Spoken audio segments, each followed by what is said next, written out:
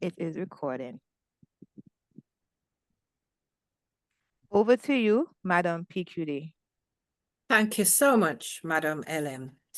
Fellow Toastmasters of District 81 and beyond, thank you for joining us for this speech contest training where we are going to delve into all aspects of speech contests, behind, before, beyond the mic. The idea is for us to empower ourselves, to inform ourselves, so that our District 81 speech contest season for 2025 to 2026 will be the best that it possibly can be, so that we empower, enlighten, and entertain. Before we get into it, let us have a brief word of prayer. Let us bow our heads. Heavenly Father, we thank you that you have allowed us to see another day. We thank you that you have given us the opportunity to share, to learn, and to grow with one another. We ask you to bless us all individually and collectively. Help our presenters to impart the knowledge and skills that they have so that we can be refreshed, renewed, and empowered. We thank you in the name of your precious Son, Jesus Christ, our Lord. Amen. Fellow Toastmasters, we have two very seasoned and passionate Toastmasters who are going to be our presenters today. Yeah. Distinguished Toastmaster Donna Knight is, and she's going to slap me on my wrist for this, but she is a past district governor. She's held so many roles in our district, and she always is willing to impart her information, her knowledge, and share and help us to grow. She's been a Toastmaster for upwards of 20 years. I know it's longer than that, but she looks so young. So we're going to stop at 20. Our second presenter is, I think she's just celebrated 30 years as a Toastmaster. And she claims that she's retired. But you know that we have to work her. Not really work her, but we can't release her yet because we also need her knowledge and skills. This year, she is serving as our district parliamentarian, and she's very kindly consented to be our contest chair. She's going to guide us in this year's contest. These ladies are going to empower us and give us their skills, knowledge, and experience. So without further ado, let me turn the virtual lectern over to them and sit back, enjoy, listen, and grow. Let's give them a round of applause.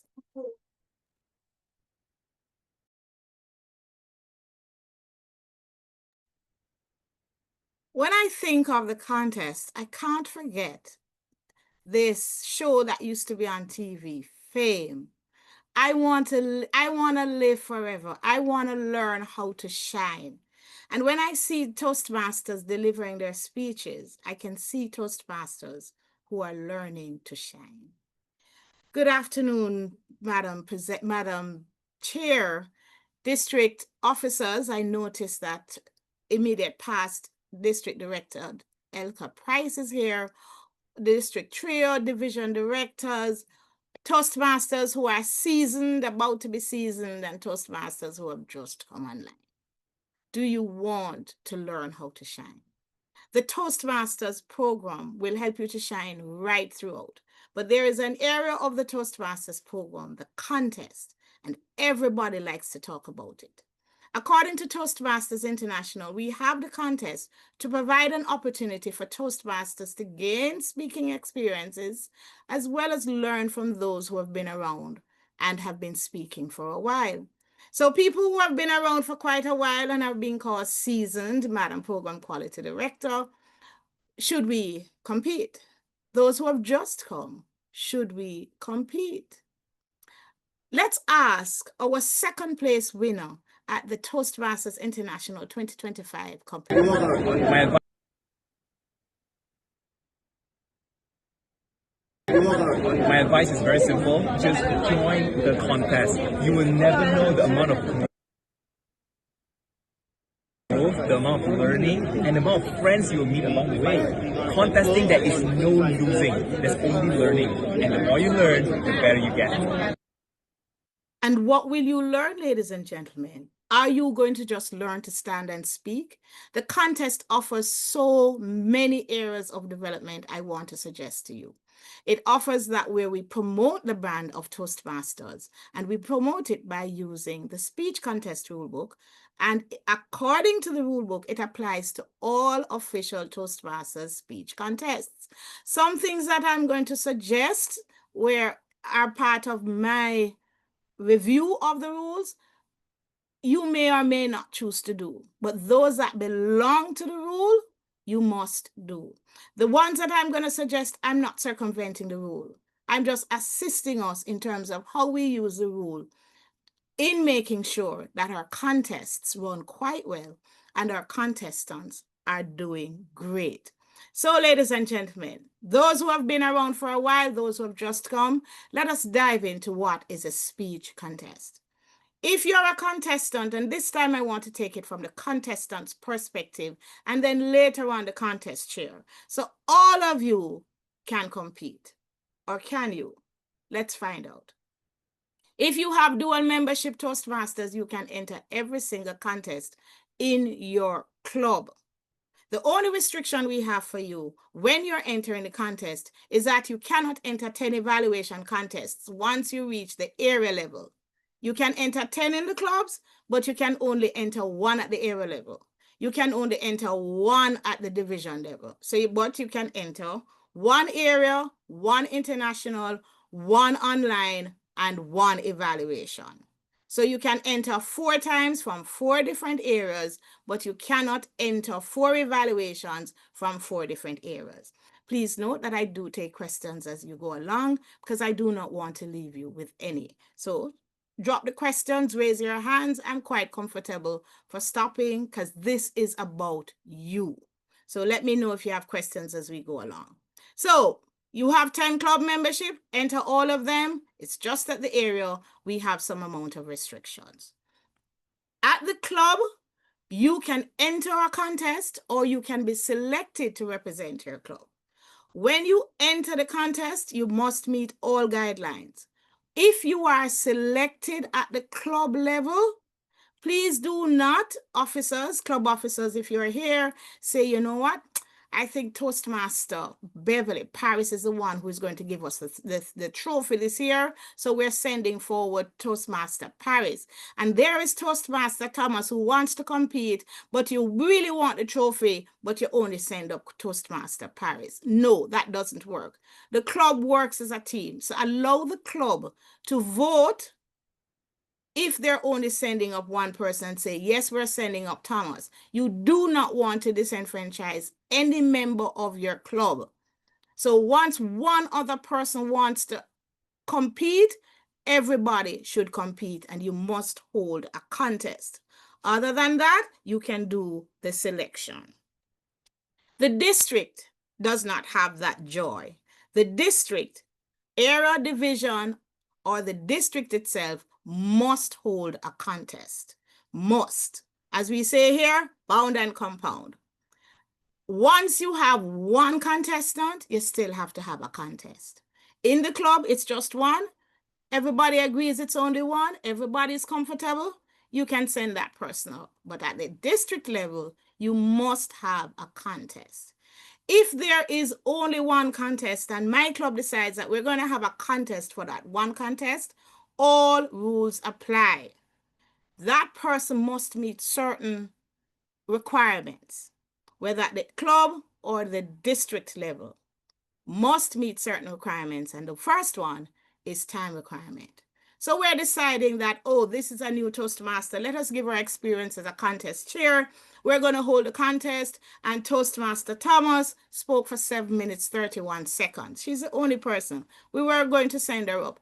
Can we still send her up if she spoke for 7 minutes, 31 seconds when we had declared that we're having a contest? Please answer me. Are they that quiet? No, no. No.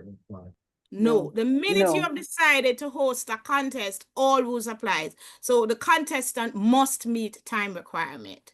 And therefore, let's practice between now and then, especially those of us who are contestants or likely to be contestants, that none of our speeches will go below 4 minutes, 30 seconds or above 7 minutes, 30 seconds. We want to keep that time requirement going.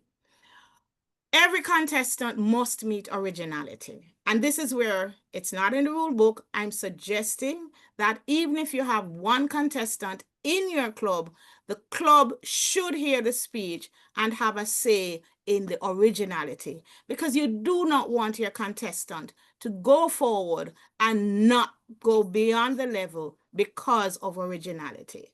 The question is always asked, what is originality? So now where the rule book says 75% of your speech must be original. There are various ways people will check, but one of the things I will tell you, contestants, don't worry too much about it, because the contest chair will have a discussion with you if they feel that your speech is not original. But the truth is, if you had done it at the club level and got the feedback, you probably would not have a problem with the originality of your speech. When you go to the contest, on that form, it says you must certify that your speech is original. So let's talk about original, because we've heard people say, you know what, but that's my speech. I have been writing online. It's online for quite a while. In research, you know, I will now inform you that you can plagiarize yourself. So if it is something that is already published, but you own it, you should reference the fact that it is owned by Donna Knight 2020. And therefore, it's in your speech that you're using it as a reference, even though you own it. But remember, 75% of your speech must be original. You must meet all eligibility requirements. I wonder what those are. So let's look at some of them. You must be a paid member. Your dues have been paid. You must be a club in good standing. So you belong to Club X and you want to represent Club Y, make sure Club Y is in good standing, which means dues have been paid right up to the day. You must maintain eligibility at all levels. What do I mean? October, the next set of dues is due. So you pay your dues and your club is in good standing, but the district contest is in May. The next set of dues is due when? After the October 1 Toastmasters? April. So find your club officers and ensure that your club dues have been paid. It has been remitted to Toastmasters International. Ensure that everything has been done. And when we talk about a club in good standing, it's not just the 8 members alone. Anybody other than the district trio can tell me what else is important for a club to be in good standing. Not just that the 8 have been paid, especially if we have clubs with low membership. Anybody else can tell me. If we take too long, I'll ask one of them to assist us. 3 of them must be renewing members. Yeah. Right. Very good. So see to it. Club members, not just for the contest and not because you want to win and your name is in fame. you want to make sure that your club is in good standing. And this is a standard that everybody in your club knows. So every year you're going for the DCP, these are facts known to every member. So at least 3 people from the last club membership are on this roster. So make sure your dues are paid. Club is in good standing for October and April, right? Maintain eligibility at all levels. If you are doing the international speech, you must be a certified level 2. Certified means that I finished my speech tonight. I'm going to enter the contest tomorrow. Madam VP Ed, I finished my speech, sign it off, and you went ahead and did the speech. And Madam VP Ed has all things on her plate and did not get to certify you. Are you eligible? No. No. No. Toastmasters International, it has to be on that site. You know, the part on your DCP, we talk about the dashboard all the time. This is how you're also going to use it. You go on the dashboard and you make sure you see your name in those lovely lights. Fame. And you know you can enter. Once you've had level 2 and above, you can enter the international speech competition. Charter member of a club, charter just before the area contest. So if area is starting in April and the club got chartered in May, can they enter? Yes. Yes, it's not a year yet. Before the area contest. Be very careful. Before. Right? Unless I missed up what I just said. But if the area contest is about to be held in May, sorry, in April, you can't be chartered in May and say, okay, no, I'm going to go. It has to be done before the area is the contest is held. All right. Thank you. All right. So you are eligible.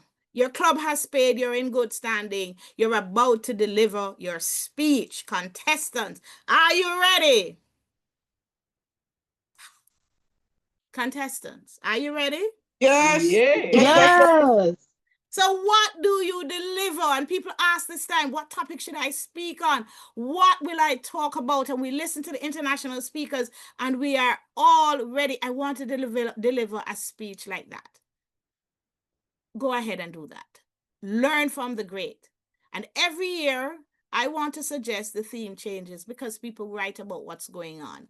But there are certain things you're going to keep in your mind as you focus on your theme. There are certain things you must know when it comes to your content. What are you going to deliver? You choose your own content. The only people who don't have that kind of freedom are perhaps the table topics contestant and the evaluation. Even the evaluation test speaker chooses own content. And that is why Toastmasters, contest chair, your contest chair, Beverly Paris, I know we'll have a session with you to get some things out of the way. Because when we say to Toastmasters, there's a disclaimer Toastmasters International has, they say it only applies to international contests. So allow me to remind you that in the restrictions, the contest chair must make the following statement. And again, I say, the rule says it applies to all contests. So you don't only say it for the international, you say it for the table topics, the evaluation, the humorous, the tall tale, whatever is happening, as long as it falls under the name Toastmasters. You must say that contestants select their own speeches. It's personal in nature, language, ideas, or beliefs that some of you may consider sensitive. And so I've heard quite a number of topics at Toastmasters International Contest from the days before I got seasoned to now. People talk about rape, people talk about divorce, talk about God, talk about abuse. It's their choice. And it's important that you say that so that as a member of the audience, and disrupt the speaker, I'm aware, or as we say online now, a trigger is coming. So you say that and people are allowed to keep their biases, especially for judges. And you will hear about that later on. You make that statement because as a table topic speaker, I can use the metaphor or the imagery of sex. So it look like we can know. I can use the metaphor or the imagery of sex to respond to a topic. I have the right to choose what I'm doing. All right? The only restrictions that exist, I know I put the word in restrictions in bracket, in quotation marks, in the international speech, contestants, are you still there, contestants? You haven't given up yet, have you? No, Yes. Yeah. Did Right somebody say here. yes? Somebody please identify that yes, and let us get back to having her on the stage. You make sure that when you speak, you do not reference the contest or the contestant speech. So no matter how similar it is to yours, guard yourself. Guard yourself. Make sure that, oh my God, that sounds so much like mine. No. And the judges will learn how to treat their biases. Do not make any reference at all. Bear in mind, when you win, we do not know which one of you. You will have an entirely new speech at World Championship Public Speaking. And even there, they must ensure that it is a new speech in order for them to qualify to win. So get ready in that practice. All right, sometimes we take too long to write our speeches, so this might be a good idea to learn to write our speeches and have them ready. We do not have humorous speech contest this year, but I want to highlight something because I saw online where people refer to the winners as having humorous content. So the only restriction, so to speak, is that you do not have objectionable language, anecdotes, and material. You can include them in your speech. Just make sure those do not exist. And of course, contest chair, you would have done what we call the disclaimer. Evaluation, you are asked to restrict your evaluation to the test speaker's presentation, the content that was there, and not any biases. For table topics, this restriction, I think, is really for the contest chairs. I know the contest chairs are in the background getting ready. But the restriction is simple. One, be reasonable in length so that the contestants who are a little bit nervous can absorb what is being said and be ready to respond. Ensure that the question that you deliver leads to an opinion or a conclusion. And contestants for table topics, this is what you're going for. Bear that in mind. Make sure you go through all the rules. Make sure you listen to what the judges are going to be telling you so that you are prepared to have a good time and to win. All right, so contestants, we have now confirmed you're eligible. You have advanced from the club to the district. By the way, who can remind me how we advance again? Help me out, please. Club, area, division, district. How do we advance from the club? Either by a contest or election. Okay. And then you are the best speaker in your club. We didn't get time to hold a contest, and I'm there in the club. Is that fair? If no one else wants to participate in a contest, yes. Very good. Make sure that is there, and you're not only going to disenfranchise somebody else. So you're eligible, you have advanced, and you have competed at area, division, or district. All right, contestant, and this is where the contest chair is going to have it, that you, contestant, must attend the briefing and the rehearsal. For argument, for confirmation, they are not the same. They are not the same. You attend a briefing, so I'm going to tell you in the briefing, you know what? Do I have all your forms? Yes, I have all your forms. Did you complete your level 2? Is it enough that you completed it again, Toastmasters?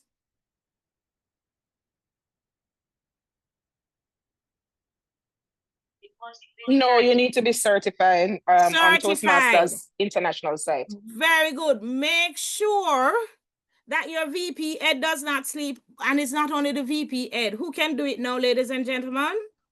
Gentlemen, who can do it now? Executive officer. Any officer. So one of them, make sure that they do it. So you attend the briefing, you have your forms, you are certified. and you are ready, and you go to rehearsal. The rehearsal is where you go, you test out the mic, you see where the stage area is. It is identified.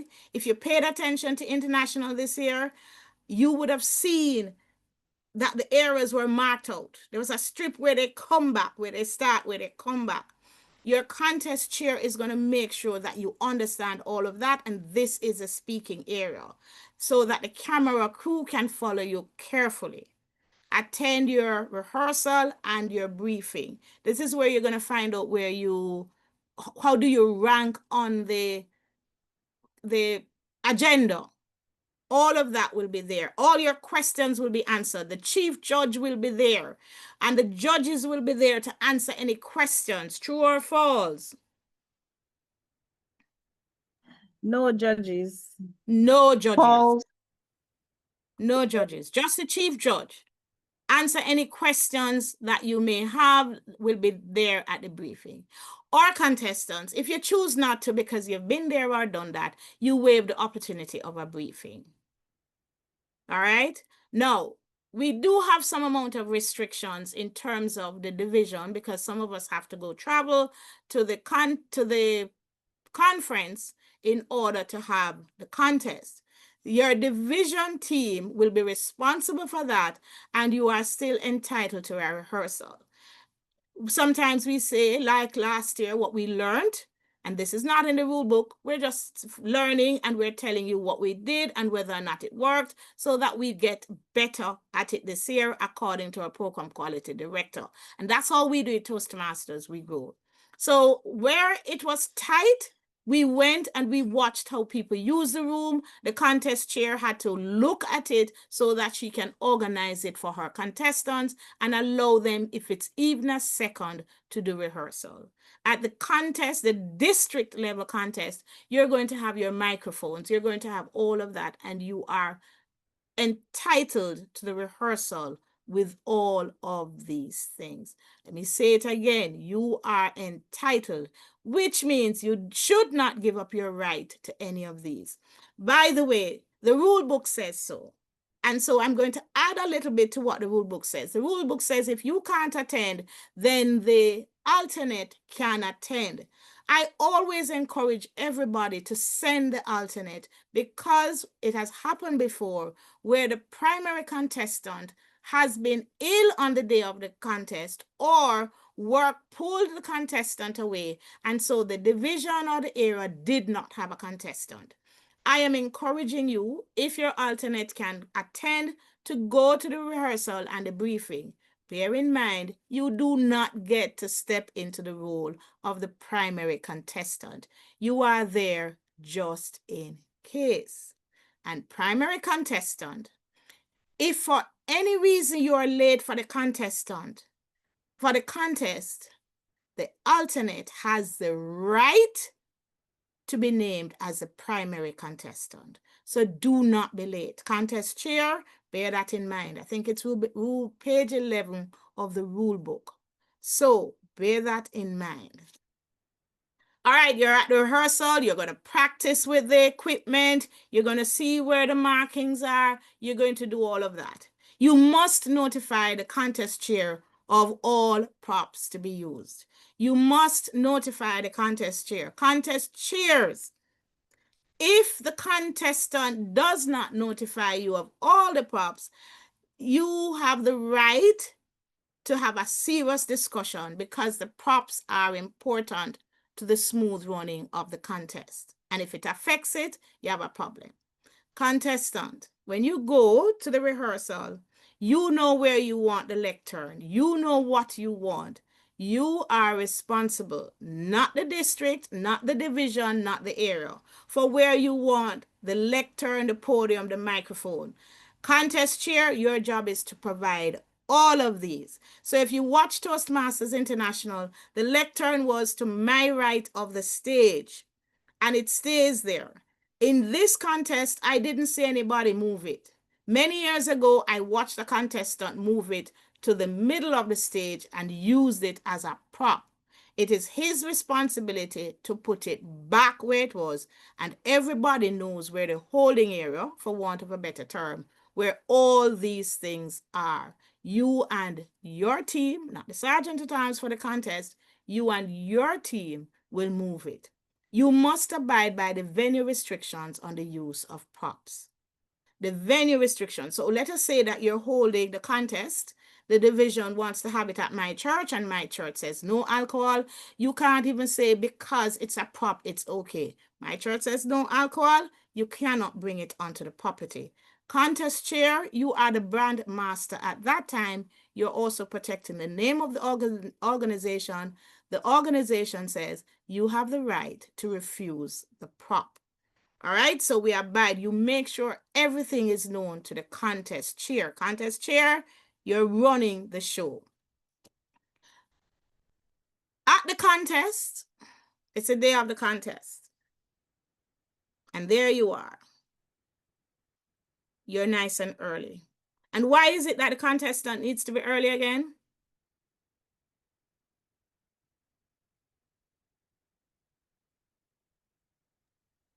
Either I've wowed you all or you're all gone. I'm not sure which one it is. Well, you need to ensure that the contest chair knows that you are there. The contest chair must know that you are there. If not, who gets the place? The alternate. The alternate. So everybody turns up and reports to the contest chair that you are at the contest and you are going to be there. Yes, you know your position and everybody's there. Do every rehearsal that needs to be done, contest chair, including how they stand for the certificate, where they sit, how they come up. Do not in the contest while all the prospective Toastmasters are watching. You're trying to tell them, stand, oh, do this, do that. No, remember, you are the brand master of all of this. When you are at the contest, you step up and you say, thank you, contest chair. You say, thank you, contest chair. This is now the rule. It has been the rule in the Toastmasters rule book from last year. So please let us see us using it. According to the rule book, after I say, Toastmaster Janet Plummer, great way to win the world, great way to win the world, Janet Plummer. And Janet Plummer comes on and says, thank you, contest chair. Thank you, contest chair. What a lovely voice. I don't know who that is, but answer me again. Yeah, so you come up and you say, thank you, contest chair. And the contest chair says, you're welcome. What happened at International after the contest chair said, you're welcome? Because we had the watch party. What happened afterwards? Contestant begin speaking. There was a moment of silence. Let's call it that. And that moment of silence, I believe, the rule book says it exists so that we can confirm sound quality. And I believe they're watching the sound crew at the back, and when everything is, they move on.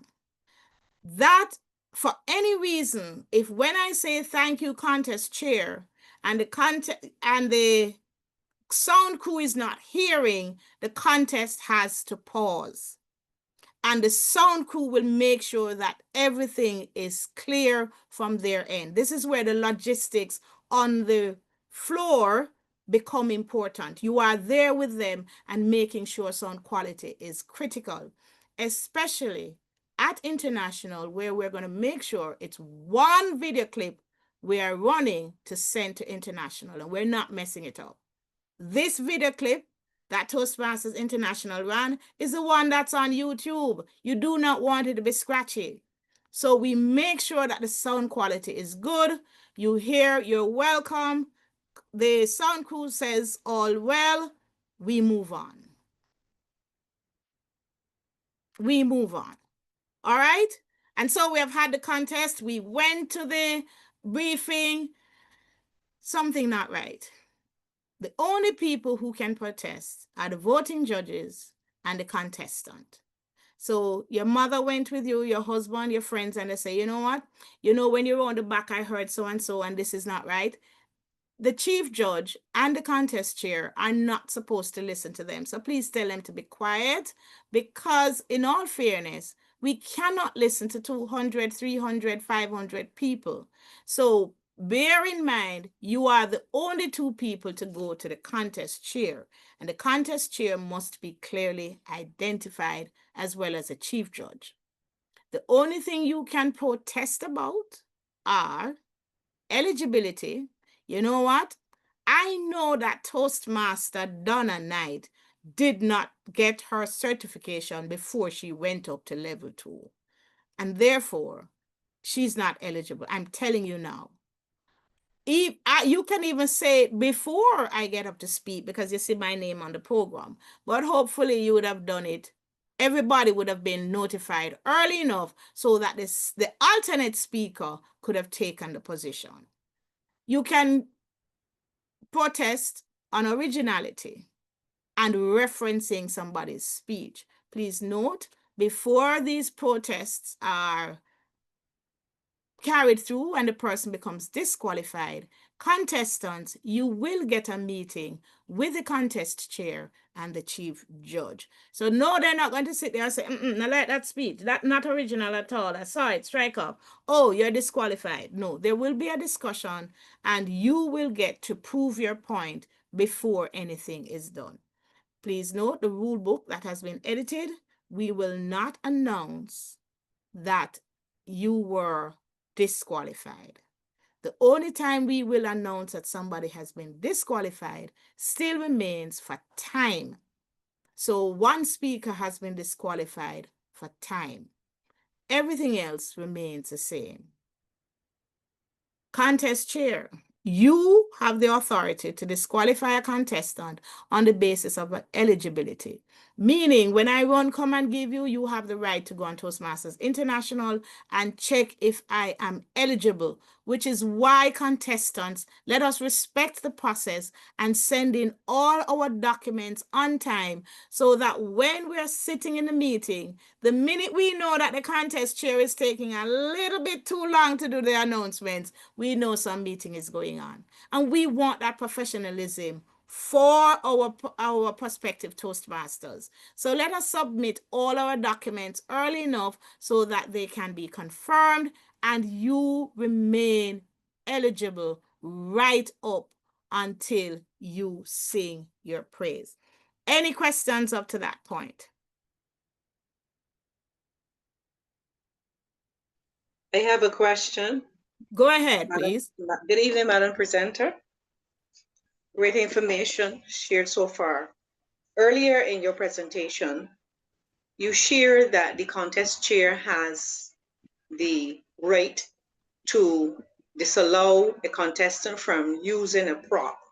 Can you share with us on what grounds? Oh, thank you.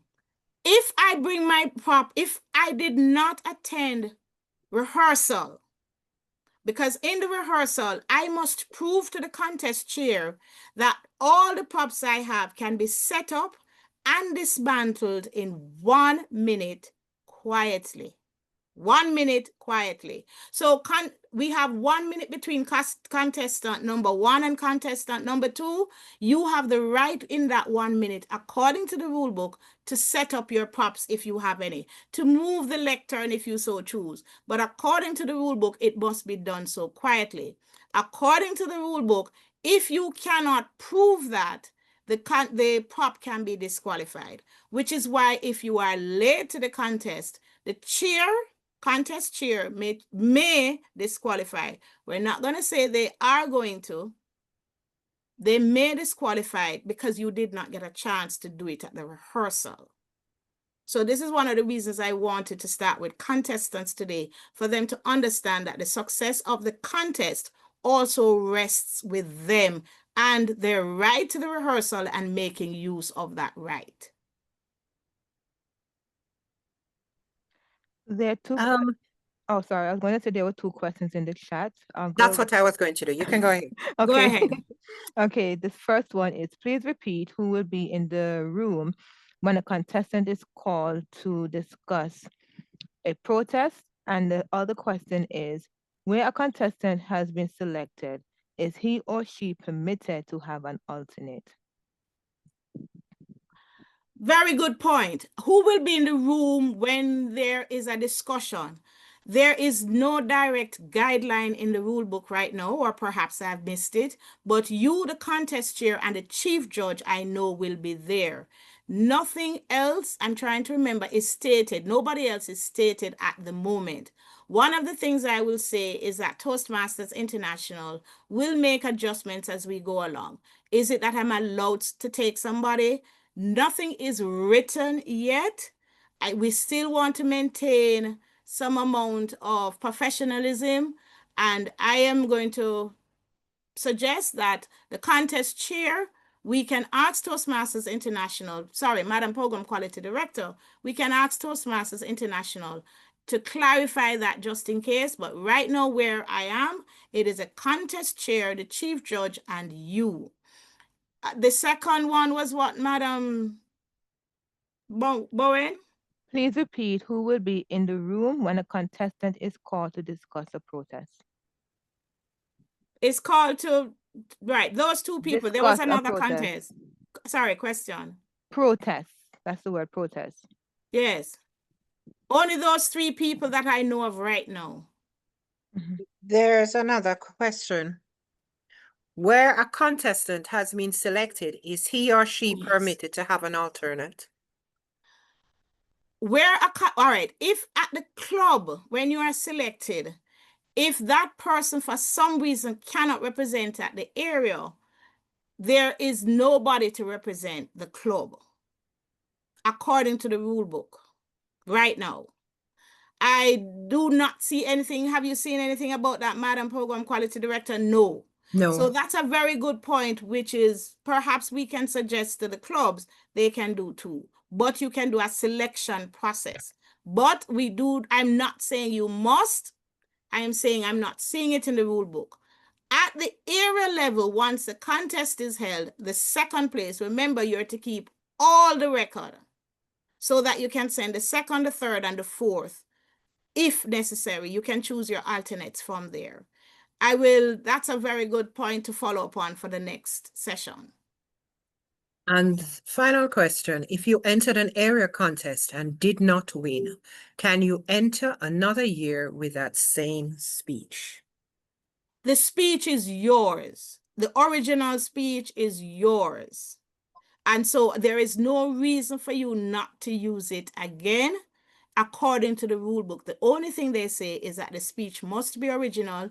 You cannot use it as a test speech, as an evaluation, because a test speech and evaluation must be new to the contestants. All evaluation contestants, none of them must have heard it already. That's the only time I'm going to say, according to the rule book, you cannot use that speech again. But once it is yours, you're eligible, 75% original. There is nothing right now that I know of in the rule book that forbids you from using it.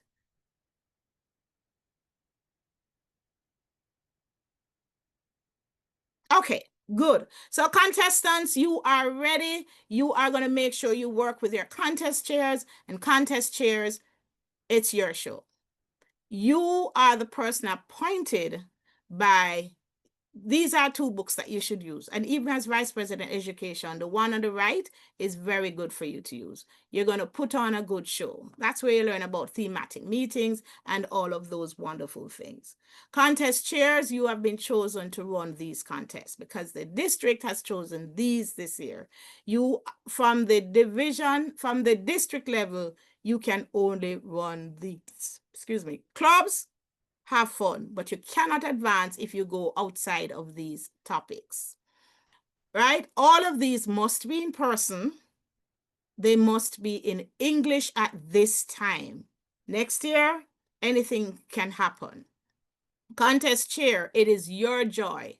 This is why the contest chair is a great opportunity to do a leadership development program, because you run everything. Now we know that the program quality director is going to say that the next contest is in Jamaica. that is already selected for the district. We know it is going to be in X space, all of those things. We know you're going to have to use the room, but where it is yours, you own it, and you own it with the professionalism with which you sell the program. So you're going to select all these people, the contest, the test speaker, the contest toastmaster, all other roles. You must select the chief judge. Now, who is this contest toastmaster? The contest toastmaster is a person who stands there with the beautiful suit and runs through everything. And this person is not the person you give the protests. So you find the contest chair and you give that person all the queries that you have regarding the contest. Make sure the contest chairs get the documents, and the contest chair will deal with the contest toastmaster to run the contest. Contestants will be interviewed. You, therefore, you must get the bio. Make sure you get everything, and the contest toastmaster will do that as well. You will present TI approved certifications and awards at the contest, and you will announce winners from third to first. And should you have one of those Murphy moments, somebody will quickly clarify it for you. And therefore, the judges, chief judge, we encourage you to write it out clearly so that we know who is first, second, or third. All the trophies and certificates that you give out, even in the club level, make sure that they are certified by Toastmasters International. Please get them. If you want to get them from your hometown, you have to get written permission from Toastmasters International because, of course, we protect our brand. The officials, of course, we said earlier, yes, you're only the one who's going to run it. It is owned by the district director, the division director, or the area director. These are the responsible officers, and these are my terms. They are not in the book, but it gives me an idea to whom I speak when I have to do any contest. So when we come to the district, we know the district director owns it. Even though the program quality director is in charge, we go to her about everything, and she will choose her contest chair. Right? The responsible officer selects the contest chair. So this year, our contest chair has already been selected, and that is Distinguished Toastmaster Beverly Paris. And this year, we are going to be, through her, we're going to be training the contest chairs so that we have the standard that Toastmasters International expects of us. All right, we have been doing it for many years, and you still hear it. This is how I've been doing it, and the rule book doesn't apply. We don't want to make sure that happens. Chief Judge, you will hear more about that when you do the session later, but this is what they do. And in the briefing, contest chair, you're also responsible to make sure that these people are briefed. Ooh. The ineligibility list is long, ladies and gentlemen, so we're not going into it. So contest chair, when you're getting your people, chief judge, please make sure you go through the rule book. But for today, we're going to touch on one or two of them. The presenter of an education session at the contest is not eligible to serve as a contestant. So I would like to do a session on speaking quality, and I would like to enter. It means then that all contestants must have same thing, or is it that no contestant must be presenting? What do you think? They're gone again, Madam Program Quality Director Thomas. Repeat. Well, I was about to ask you to clarify what you said. I am a contestant. Can I be a presenter at the education session of the district, or is it that you have to give all the contestants a session? You cannot be a presenter. You cannot be a presenter. Not the same thing as candidates. So no matter if you want to be a contestant, you are not allowed to do that. If you're the contest chair, if you cannot be a contestant, contest toastmaster, if you are in charge of an event, you cannot be a contestant. Also, make sure that the officials you choose, they have paid their membership. You will hear more about the judges later, but they cannot serve as contestants in any district for the same contest type. So I am contestant over District 81 in evaluation. I cannot go over to District 97 and serve as a judge in evaluation. But I can serve as a judge in table topics. Are you with me? All right, they're with me. Let's go. There's Sorry. a question why. Yes. Pardon me? Yes. Sorry, Someone that asked last one. why. Somebody asked why. I ask why. That's all right. Yeah, There's a thing online that now says because I said so is no one a wonderful answer. That's what the rule book says. And one of the reasons I'm going to suggest now, because it's not in the rule book, is that so that we're not unfair to a possible opponent of the same contest type. But right now the rule book says so. That's it. Madam Facilitator, you actually said that a judge in a particular contest type cannot be a judge in another district.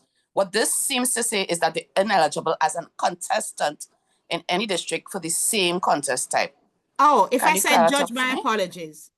Sorry, if I said judge, my All right, apologies. great. So I'm a contestant here in evaluation. I cannot go over to 97 and be a judge for the evaluation. So I'm competing for evaluation in 81. 97 knows me and loves me and say, be a judge for evaluation. I shouldn't be doing that. But I could be a judge for table topics because I'm not competing in table topics.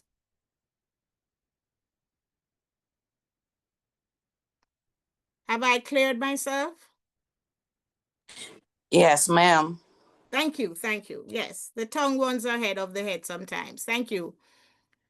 All right. And that's what the rule book says now. Sometimes there are not any comments. Ineligible as contestants, timer. So you want to make sure that, guess what? I'm timer. You know what? Contestant Thomas is good enough. I'm going to make sure she gets 7 minutes, 31 seconds. Can be any reason. The rule book doesn't say so. It just says that we are not eligible. However, where can we, for want of a better term, I don't even want to say circumvent this rule. Where can we, for want of a better term?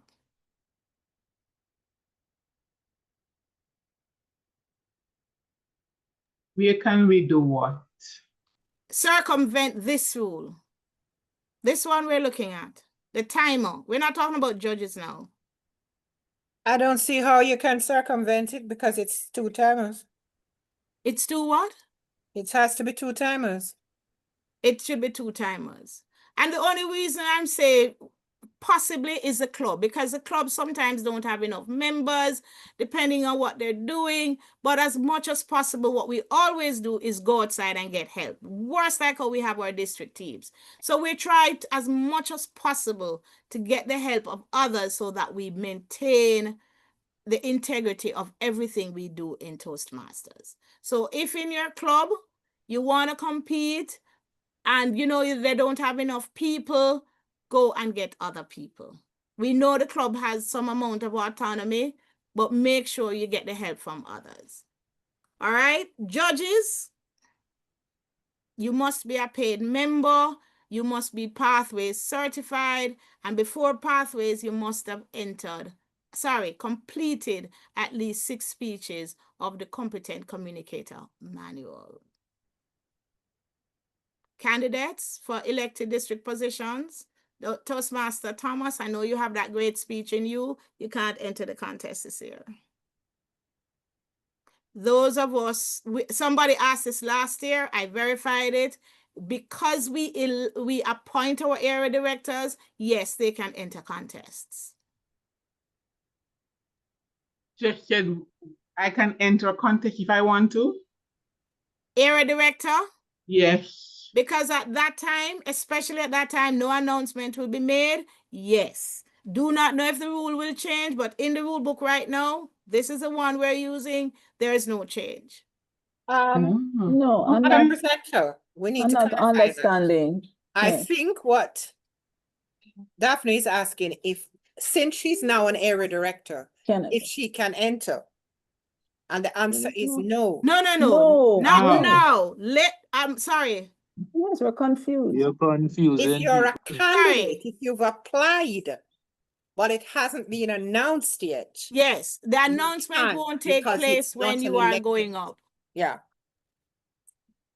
So the All right, current so I ADs heard- cannot, sorry, Toastmaster Knight. So the current ADs cannot enter the contest, which is what the rule says.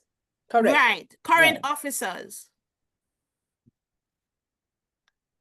But say John Brown wants to be an area director, is not an area director now. He can enter.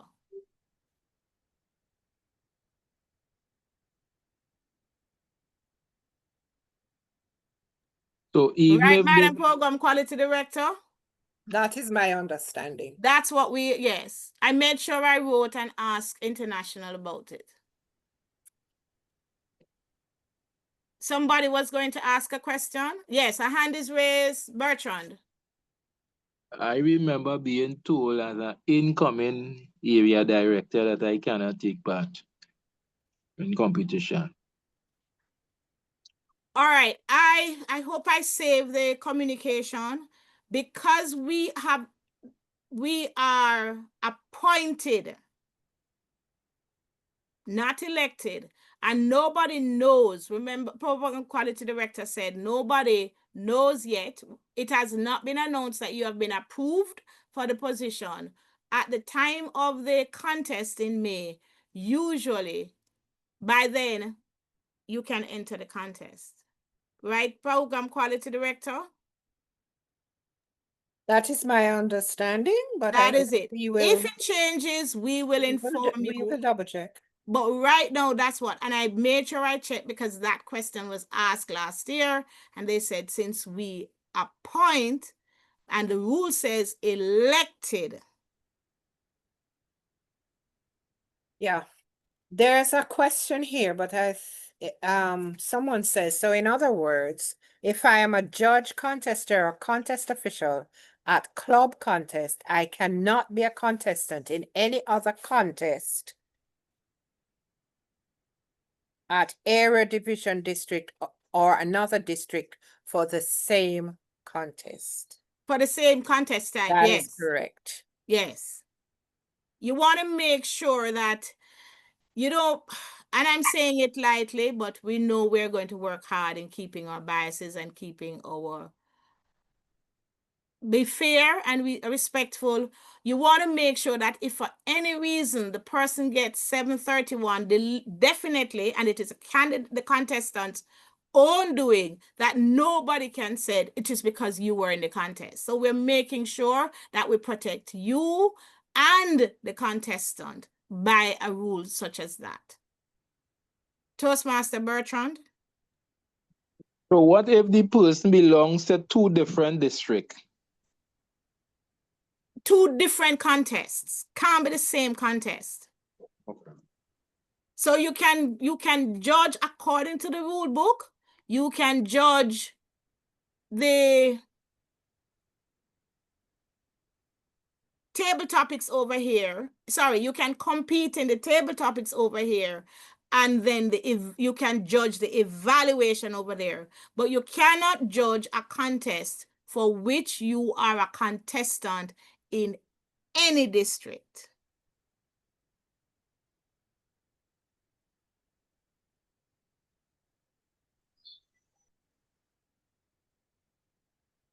There's another question. Do you have to have a contest Toastmaster and a contest chair? No. Who chooses the contest chair at club, area, or division level? The person who chooses a contest chair at those levels are, I'm going to use a term, the responsible officer. So the club level, the vice president education, is who I call the responsible officer. That person selects the contest chair. So the set on the right are who I call responsible officer. They're not listed like that in the rule book, but those are the people who select the contest chair. And I desperately need a timer. The person is not paid up. Can I use that? The Person's person is time. not paid up. Can you use that person? No, You're not paid up, you're not a member. you're not in good standing. Yeah, so you're not a member. Contest officials are paid members of the club.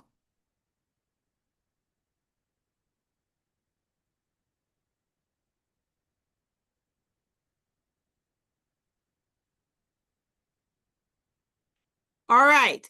So, ladies and gentlemen, There's some questions about judges, but I'm going to leave that until yeah, the judges, the next somebody will deal with the judges. So, contest chair, you are responsible, even though we have the program quality director who's going to have the venue, all of those things, especially if it can be done in your area or your division.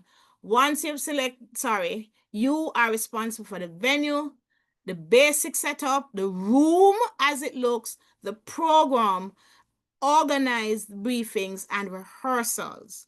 You are responsible for it. So when you go to the conference, when you go to your division setting, you look at the location. This is what we have. You can't say, I don't like it. This is what we have. And you're going to say, this is the best way we're going to do it. So contestants, please turn up at the briefing and the rehearsal so that you can get a walkthrough of the venue. When you are doing the program contest chair, you will use, there's a suggested agenda. You don't have to use it, but you can go into this book, put on a good show. It has been updated. It will give you a guideline of how to run the contest. And remember, especially at the division, you are to end every single contest. That's important. You are to end the contest. So you're running 3 contests for the day. You must end every contest. You, however, may choose to do the winners at the end. Toastmasters International says you end every contest. So what does that sound like? At the end of the table topics, you end it and you begin the evaluation contest. You can't say, oh, the next contest. No, you run it, because you can use 3 contest chairs when you're having 3 contests on one day. According to the rule book, they are not designed to run one into the other. They are 3 different contests. So the rule book says you end it. However, you may do the announcements at the end of the day for your function. So this is your program. It says you interview the contestants. You do all of those things while the judges are not listening. This is what you send to the contestants. It is a suggested communication. Please don't only use WhatsApp. I suggest to you also use email. Contestants, please respond so that the contest chair knows whether or not you got the notice about where the rehearsal is taking place. Please respond, whether it's WhatsApp or email, but make sure contest chairs, I suggest send it 2 ways, and contestants, please respond. Just another way of the communication continuing. Of course, you must communicate with the officials and let them know and confirm with them that they have received all the forms that they need for their performance. At the end of the day, ladies and gentlemen, the contest is another way for us to show our brand, how we are as Toastmasters, how we have learned, how we have grown as speakers. We're going to have fun, we're going to be fair, and we are going to ensure that the project managers at Toastmasters International has trained that they are also going beyond the mic. Madam Program Quality Director.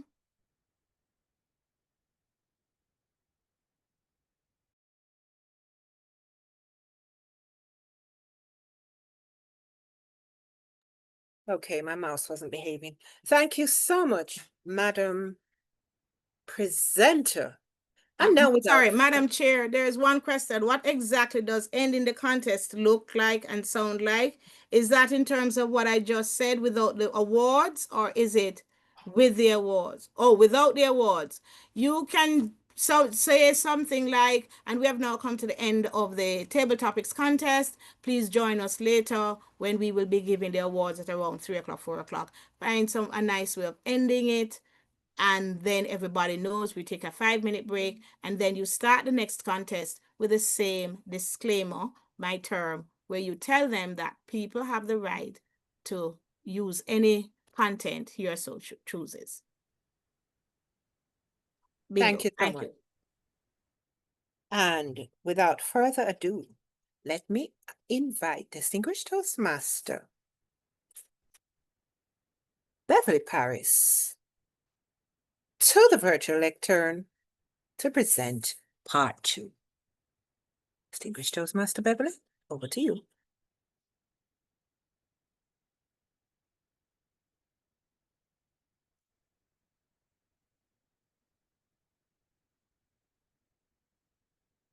Have we lost her? No. Oh, okay. Say one coming. Come give me a minute. Just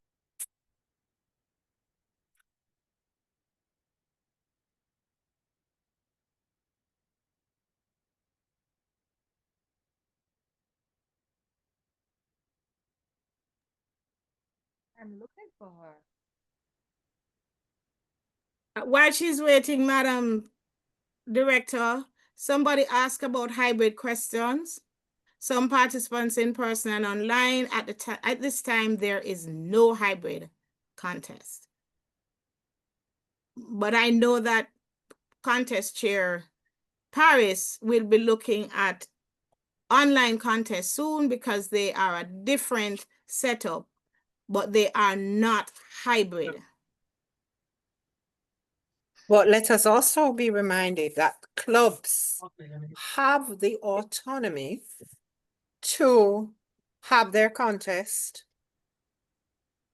face-to-face or hybrid. That is the international speech, the table topics, and the evaluation. But we strongly recommend that you try to have it face-to-face so that your contestants have the experience of managing the stage and the whole gamut of what it entails to do a face-to-face contest, so that their first experience is not at the area contest. Distinguished Toastmaster Beverly, over to you. thank you, Madam Chair, members of the district trio, fellow Toastmasters, and friends. A very pleasant good afternoon to you. Each year, as we commence our contest, the exercise demands a panel of impartial, objective, and trustworthy judges who are given the responsibility of selecting the best speaker based on specific criteria. As part of the role, the judge is also expected to be accurate, trustworthy, knowledgeable, and confidential. Hence, the emphasis of this presentation reflects the criteria on the judge's guide and ballot form of the International Speech and Table Topics Contest. Please feel free to drop your questions as the session progresses. A key factor that every judge must be aware of is that there is a great difference between a judge and an evaluator in 3 specific areas. The judge ranks and selects the best speaker on a given day. The evaluator appraises a speech, and provides feedback for improvement. That's the primary goal. The judge's focus is to objectively assess the final product against set contest criteria, whereas the evaluator measures the speaker's presentation against that person's stated purpose. The judge does not provide feedback to contestants, and all decisions are confidential, whereas the evaluator offers constructive feedback to help the speaker to develop his or her skills. With that in mind, let us consider the areas that the judges look at. And the first area is speech development. It carries a maximum of 15 points. And on your judges' ballot, it's subheaded structure, organization, and support material. Let us interpret this to mean those three areas to mean clear purpose and audience analysis, strong opening, logical organization, engaging content, and powerful conclusion. Let's look at them individually. A clear purpose. As a judge, did you find that the topic was suited to the audience, the occasion, and the time limit from a judge's perspective? They relate to the opening. Did you hear a strong opening where the first 30 to 90 seconds were crucial and grabbed both your attention as well as that of the audience? And it also set some expectations as to where that speech was going. Logical organization. Did you hear logical organization? The body of the speech contained at least 3 distinct main points, and those main points were supported with facts, and they were clearly signposted with transitional words and phrases that help you and the audience to follow along clearly. What about engaging content? Did you hear content that included relatable examples, personal stories, vivid imagery to make that message memorable and emotionally resounding? What about the conclusion? Was it so powerful that the ending provided closure and completion? That may have come in the form of a summary of the main ideas, where the speaker restated the central message, or did they end with a memorable thought or a clear call to action? So as a judge, as we look at those 3 areas that are given on the form, structure, organization, and support material, these are the 5 areas that must come into play as we do our judging of each contestant. The second area is speech effectiveness for a maximum of 10 points. Again, the subheading says clear purpose, achievement of purpose, and relevance. I believe that those 3 areas can be placed under these 7 headings as we judge. Clear message, engaging content, credibility, vocal variety, nonverbal communication, energy and enthusiasm, and clear articulation. Let's explain them a bit. Clear message. Was there one central idea that is easy for you as a judge and the audience to understand and remember? Engaging content. Did you hear relevant stories, examples, or data to make the content interesting and memorable? What about credibility? the speaker established authority on the topic, whether through expertise, facts, or a sincere and relevant conviction to the subject matter. Vocal variety. Did the speaker, from a judge's perspective, use a conversational and engaging voice, varying tone, volume, and pace to hold the audience's attention? Did you see, as a judge, nonverbal communication? Was the speaker using purposeful body language?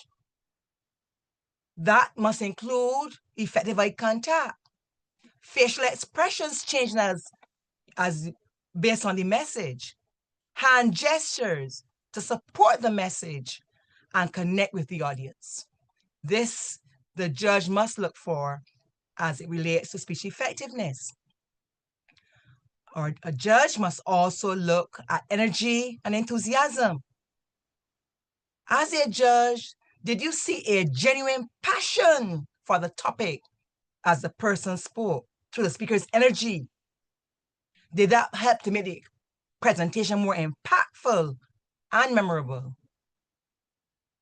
And definitely clear articulation.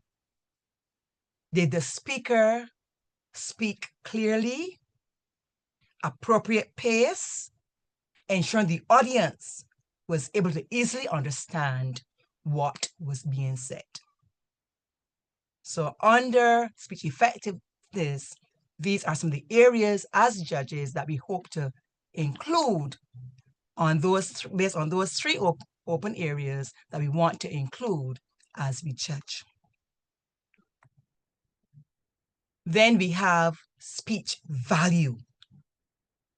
First, under speech value, the subheading goes ideas, logic, original thought.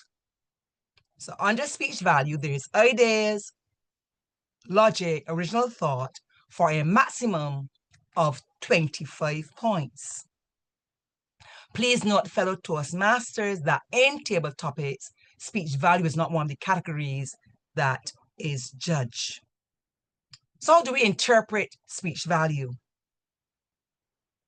Accuracy. Again, judge, as we judge, did we see information presented that was factual and reliable? As it relates to clarity, was the message easy to understand, free of jargon, and was that message communicated with precision? Relevance. Does the content relate to the audience's needs, experiences, and interests? So as the person presented, could you see the relevance to the audience's needs, expectations, and interests? As it relates to actionable information, did the speech provide practical and useful information that the audience can use to apply? Novelty. Did it offer new perspectives or ideas?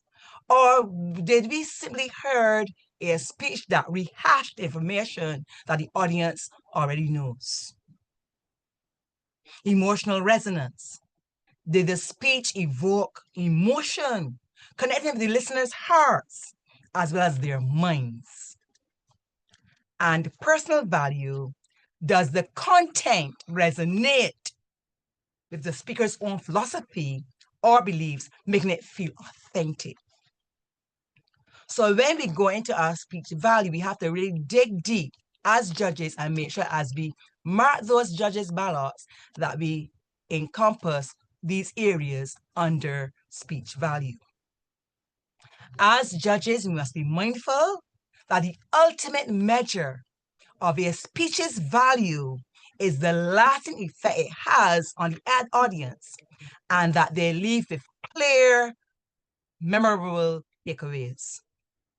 The audience learns something new, feels inspired, or gains a new perspective.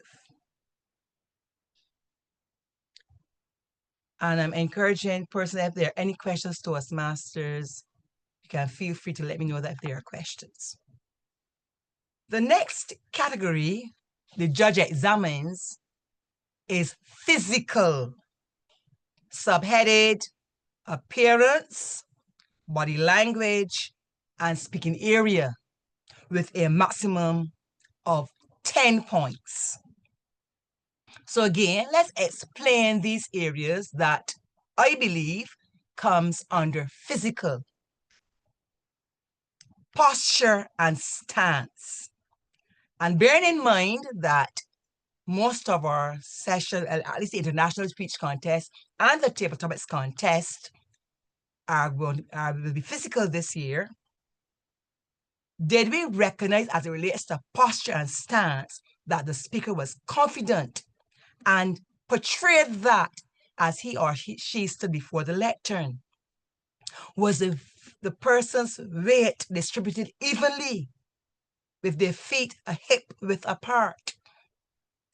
Did they avoid pacing unless that pacing was being done with a purpose?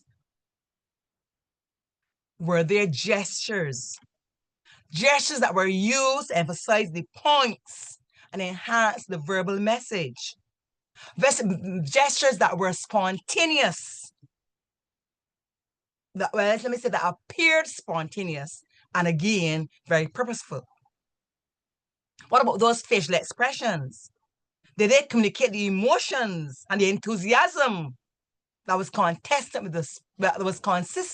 with the speech's content?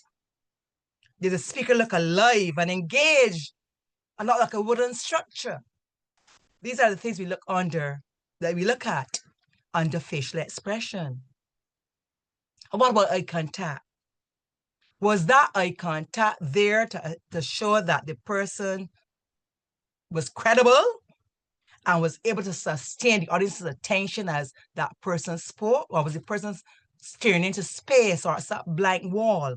Could you observe that eye contact as a judge? Did they gaze in the eyes of individual audience members to create a connection? So could you see them looking and pausing as they looked at one part of the audience, and then the eyes moved to another part of the audience? Could you see that as a judge? Movement. Was there purposeful movements were they used as they transitioned during the speech and as they want to emphasize points? Could you recognize that movement? What about personal appearance? Grooming and the style and fit of clothing contributed to that first impression and the overall credibility. And we are bearing in mind that based on the speech, the person might dress for the speech. And consistency. Were those facial expressions, those gestures, that overall body language, did it align with the message that was being delivered?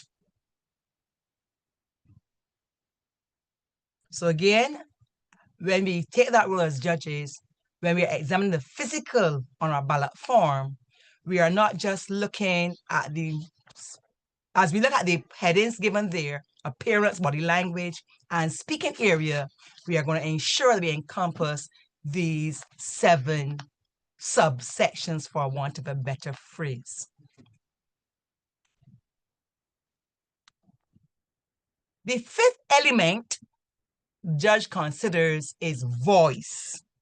Again, it's subheaded flexibility and volume for a maximum of 10 points.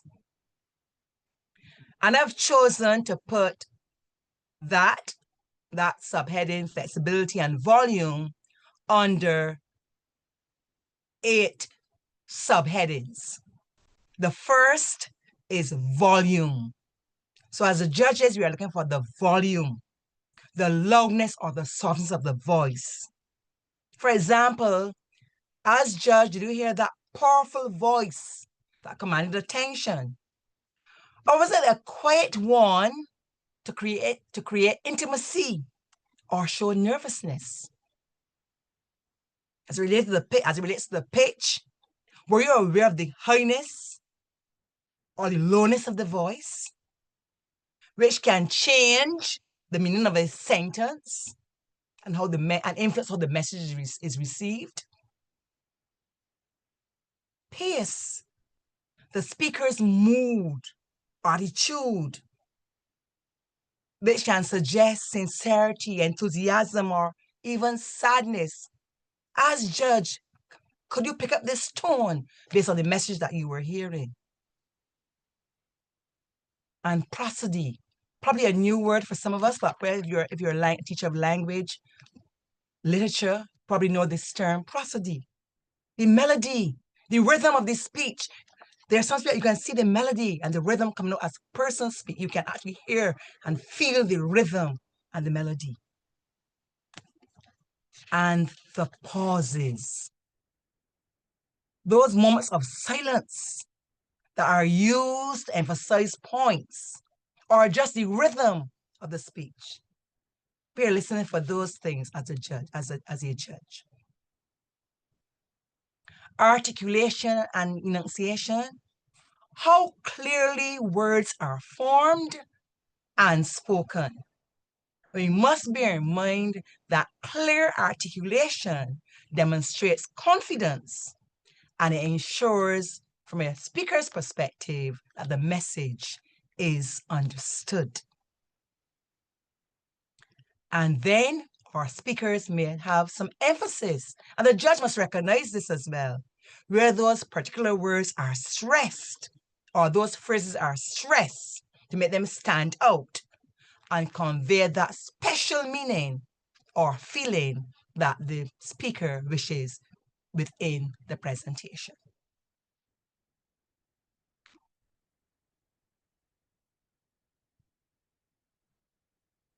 The next element, manner.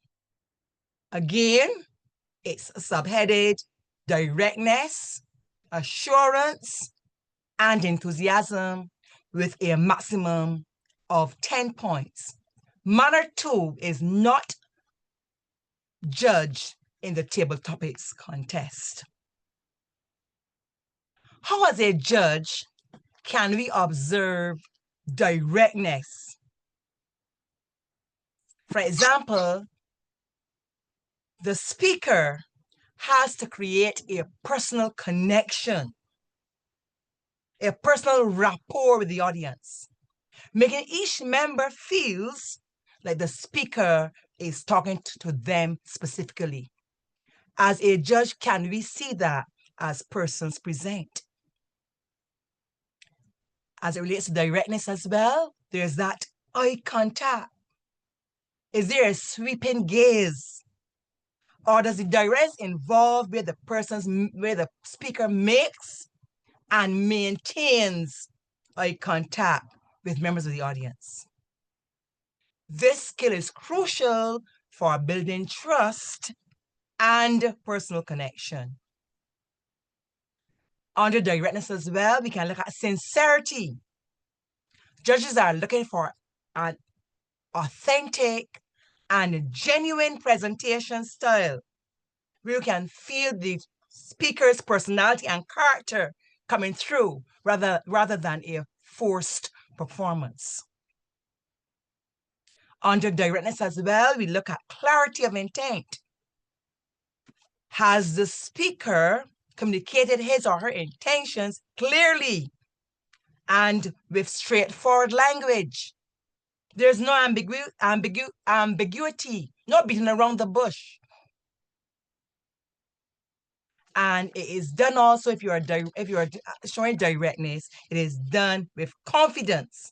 And you should be able to see that confidence coming out as the person speaks. Assurance, the second one, is judged firstly in the confidence of the reaction. The speaker demonstrates confidence not only in their presentation, but also in the anticipation of the audience's reaction. So an assured speaker does these things and the judge recognizes that confidence and is able to also recognize how the speaker responds from the audience when that confidence is showcased. Assurance is also shown because the speaker is interested in the audience. And that interest, again, comes from a place of connection. A sense that confidence, again, comes out. It's not just an internal sense of confidence, but it's a sense of connection, not inside, it's a sense of connection. And the speaker must appear interested and engaged to those who are listening. So as a judge, we have to look and see how this is happening.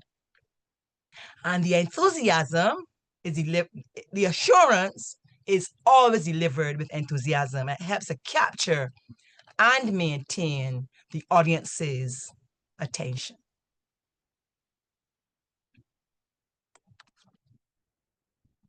The seventh criteria before the judges is appropriateness to speech purpose and to the audience. I look at it in two sections. I look at appropriateness to speech purpose and then to audience. So let's look at speech purpose first. Credibility. Any information presented should be factual and well supported by credible evidence.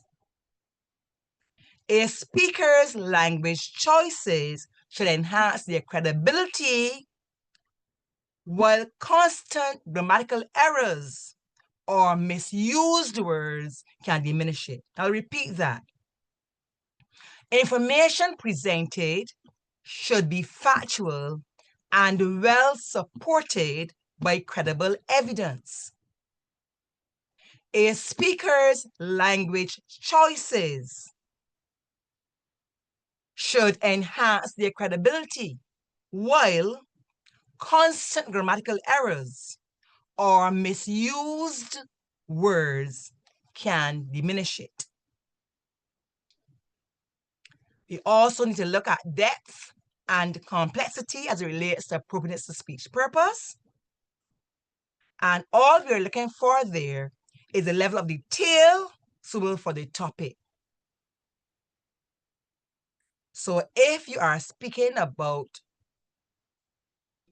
rocket science, then enough information that the listener can understand and follow. Not everything you know, but just enough to whet my appetite and let me be able to follow and be able to engage in your speech. And sensitivity, the topic's seriousness or sensitivity should be matched with the speaker's tone and word choice. Avoid using humor or casual language when discussing somber subjects. And this has nothing to do with what BTM Donna spoke about earlier as it relates to sensitive topics. As it relates to the speech, the seriousness of the information must be matched with the speaker's tone and word choice. So if I'm speaking about something sad, then the words, the language I use, my tone and the words I choose to use should denote that sad atmosphere. As it relates to appropriateness to audience, the content and tone should align with the subject matter. And therefore, the audience, the demographics is going to be important. So you have to consider the audience's age, the cultural background, and the values. Humor, anecdotes, or examples that are well received by one demographic might be offensive or irrelevant to another. But again, at the very beginning, the contester would have noted this. So those persons who may be offended because of the cultural background or whatever, then that is already taken care of. But as a speaker, you have to bear these things in mind. Also, your existing knowledge a speech should be tailored to what the audience already knows. Using technical jargon with the general audience will be ineffective. At the same time, we don't want to oversimplify it to make the audience feel that we are infants or preschoolers. So we have to ensure that as we think about the knowledge of the audience, we bring what they know. We're going to share some additional information, but at the same time, we don't want to be too technical, or we don't want to be oversimplified. And we also need to look at expectations and attitudes. We must take into account the audience's attitude toward the topic and their expectations for the occasion. Again, this was referenced by distinguished Toastmaster Donna. A partisan political speech would be inappropriate at a non-political memorial surrender. And that is this, I'm speaking general here now. But again, that would be general. But at a speech, Toastmasters International Speech Contest, remember, the audience's attitude will be based. We should account for the audience's attitude towards the topic and their expectations, again, based on their cultural backgrounds and things like that. The ultimate category is correctness.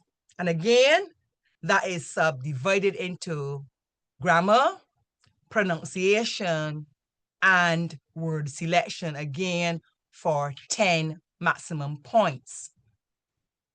The areas that usually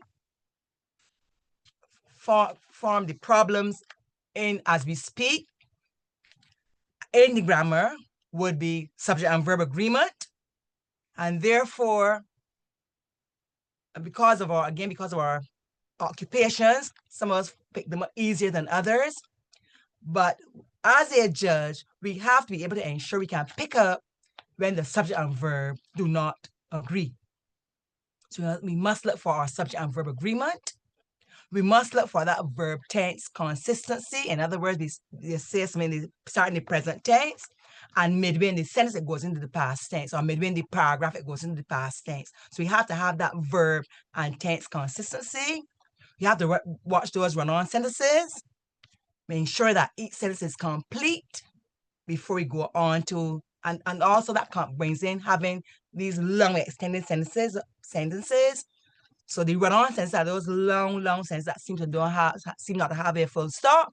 So again, as a listener, a judge, we have to listen to find out when these things are happening. And then those incorrect phrases where we are using things like could have when we really mean could have. Again, that's our dialect. So those incorrect phrases that we probably use as we speak, the judge again has to listen for things such as that in the grammar. In the pronunciation, we're looking more for the clarity in enunciation. So we're looking to see how clearly the words are separated. We can't afford, as a speaker, there can't be mumbling or slurring of words. That has to be, that will make the person seem less confident anyhow. So this judge is looking for that clarity in enunciation. Words are separated. You can hear each word. You're looking for the word stress. So words are stressed in the correct place. For example, we don't want present, we want present, putting the stress on the correct part of the word. Then intonation, varying the pitch to convey the emotion or the emphasis. And pacing and pauses, again, speaking at the pace that will allow the audience to understand, and pausing as necessary, whether it's for emphasis or pausing so that as it relates to speaking and pausing correctly. And then there is word selection, which we look at audience awareness. The vocabulary is adapted to the listeners. And did the judge hear this? Did you hear jargon? and you yourself as a judge was unable to understand those technical terms. Specificity and conciseness. Did you have concrete and precise language instead of vague phrases that are overused words? Things represent things like stuff and things like that. So we want that they are very specific and concise. Powers, strong active verbs and descriptive adjectives that make the picture that the speaker is giving vivid. You as though you felt you were actually there as the person was speaking.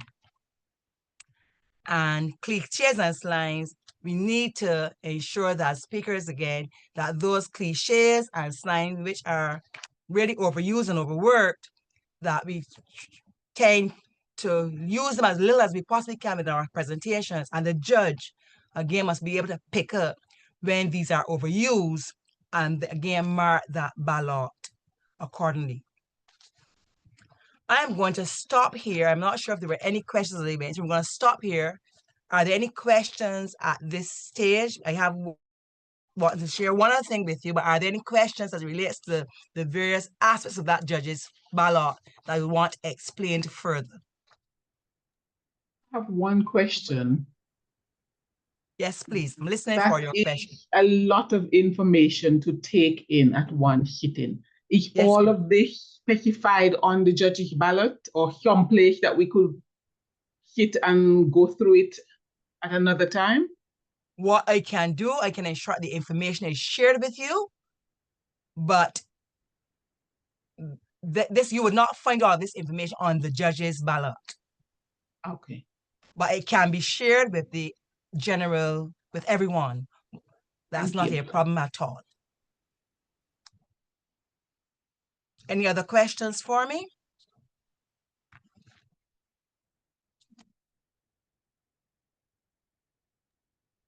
That says, Distinguished Toastmaster Beverly Paris. Thank you. Yes, Toastmaster. Excellent presentation. I'm glad for the clarity as well.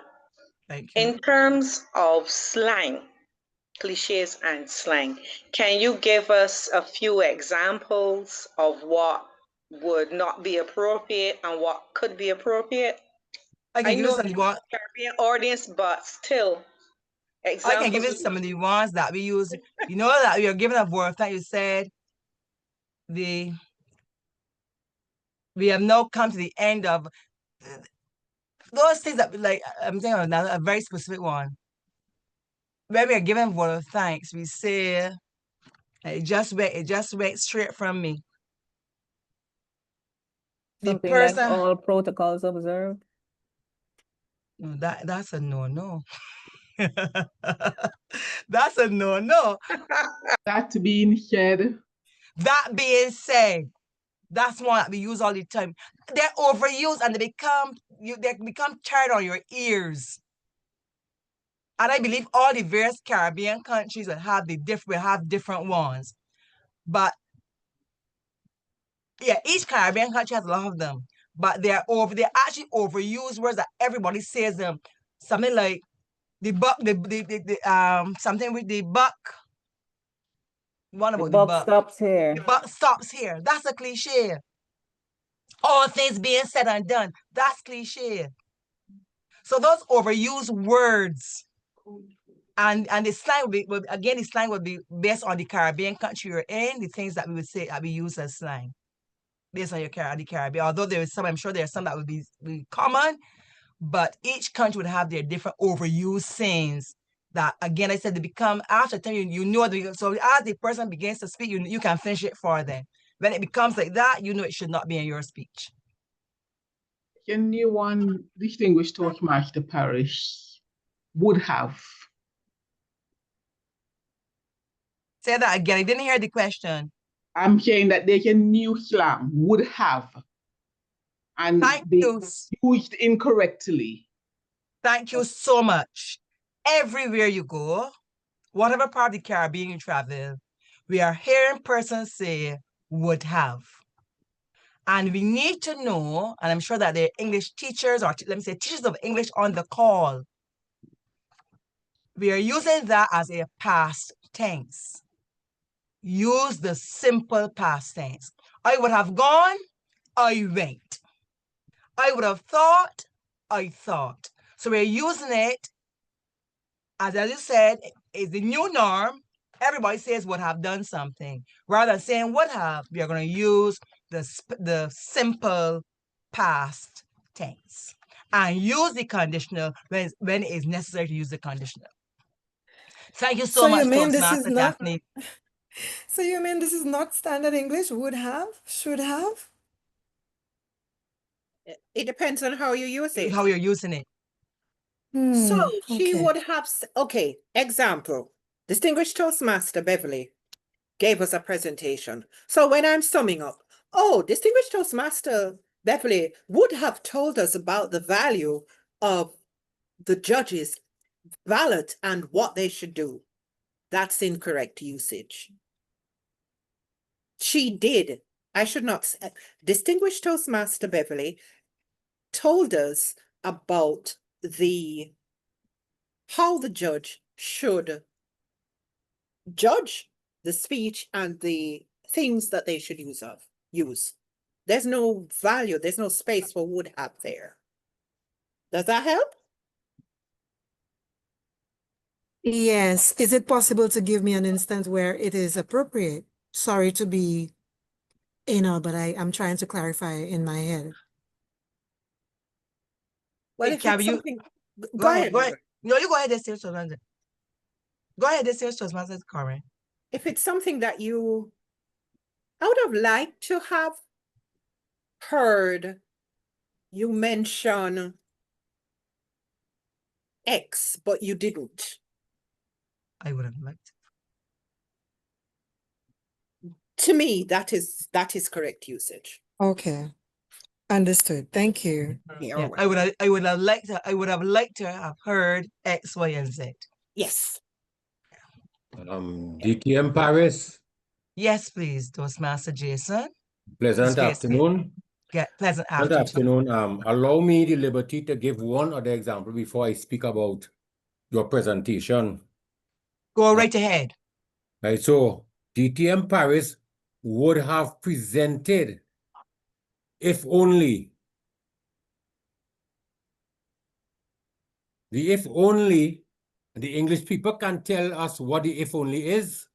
If it is only she did not feel unwell. Yes. Right. It is a term of conjunction that something would have happened if only. Only. And we are so guilty of using this incorrect way of speaking to present something that occurred in the past. It irks me. However, we are here to learn. So concerning your presentation, I want to say thanks very much for such a excellent, expansive, and timely presentation.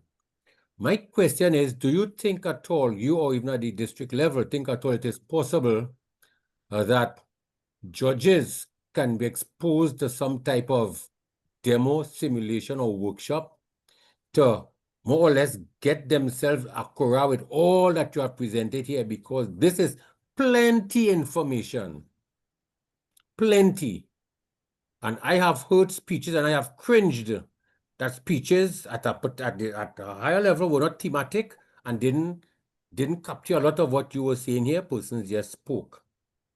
So my question again, I'm repeating, do you think that some type of workshop can be done so that judges can be made accurate with what you have shared? At some point before we actually begin, yes, with PQD's permission and with her, she's going to assist. We're going to ensure that there is an actual workshop where a person are actually going to get the opportunity to hear a speech. We're going to judge it, and then we're going to discuss what the judges actually wrote, and why did they give you 15 rather than 25, and whether they give you 8 or 10 for grammar rather than so why did one person give 8, another person give 4? Let's hear what those persons decide. So yes, we're gonna have something like that quite soon. You just need to put it in on a calendar, but everything will be done to ensure that when we reach district level in May 2026, that we are all on the same page as it relates to judging. Thank you very much. We have the Caribbean we are representing. Thank you. You're most welcome. Has her hand, detailed Yes. has her hand raised, and then Toastmaster Daphne. Thank you. Yes, distinguished Toastmaster Donna. Thank you, Toastmaster Paris. I would like to apologize for not listening or not attending. I would like is incorrect. I would like to apply for this job is incorrect. I would have heard, and our evaluators heard sometimes use it, so those are incorrect. Those are some of the things that we say that we can, as somebody said, we're learning. But as it relates to language, and somebody asked about whether or not the terms are correct, within the district, I want to suggest that we speak a particular way in the Caribbean. And education level plays a role. When we now hit the international stage, and when I say international stage, I'm talking the fact that we now have everything online. So we're now immediately international. We're not talking about contest yet. We're talking about international because you are online. Your language should fit your audience. And yes, I can listen and say, okay, that's not for me because that's not my language. But as public speakers, researchers, we now understand not just to win the contest, but we now have an international audience, and our language should meet our audience. So we should do some amount of audience analysis. Madam Presenter. Thank you so much for your submission. It was very timely and very significant as well. Thank you so much. Any other, Toastmaster Daphne? I think I'm almost saying the same thing as distinguished Toastmaster Donna, but in a different way. Because what I was going to say was that I hear a lot of Toastmasters using it, and I hear a lot of supposedly educated people using it as well. So others think that this is what it should be. And so we need to be careful as public speakers and people of higher education, the way we speak, because we are setting a standard, something that is not correct. And the others who are probably not at our level, who listen to us and think, oh, but that person can't really have attained because remember, it is Toastmasters International Manual that says that the language we use, the words that we use, affects people's perception of us. And people's perception is that we are not at certain levels if we speak a certain way. And when the language is incorrect, I understand that within Toastmasters, there are people whose language skills are not as developed as others. And in evaluations, this should come out. Yeah. But it is not coming out in our evaluations. Our grammarians are not saying anything about it. Our speech evaluators are not saying anything about it. Perhaps we need to do something a little differently to ensure that the language is correct when we speak, both enunciation and the words that we use. And I wish to thank you and say that we must start at club level and make sure we do what we are supposed to do, whether we are evaluating this speech, whether we are a grammarian, whatever the role we've taken on, we have to ensure we do it to the best of our abilities. We have to prepare for each role. And I believe that every time you go into a meeting, whatever the role you are given, you should prepare for that role. And there's always a different way of doing it and making sure that it comes out to the best. So we have to start at club level and do what we're supposed to do to ensure, again, that our Toastmasters, especially those who are not as proficient as some of us, that they get to that level and can only get there by modeling those who are doing better and aiming to also practice as well. So we as Toastmasters, we still have a lot of things to do within our club settings to ensure we get to that level. So thank you again so much. You said two important things, distinguished Toastmaster Beverly: best of our ability and modeling. And that is what people are doing, best of their ability and modeling. except that they're not modeling the correct thing, and they do not have the knowledge to know that their best is not correct. So again, we'll continue, I am sure, with our Madam PQD. We are going to do all we can within the next club year to ensure that we take our standard to another level.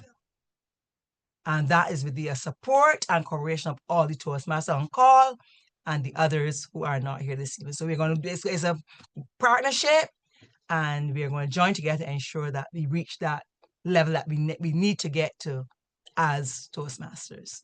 So thanks again.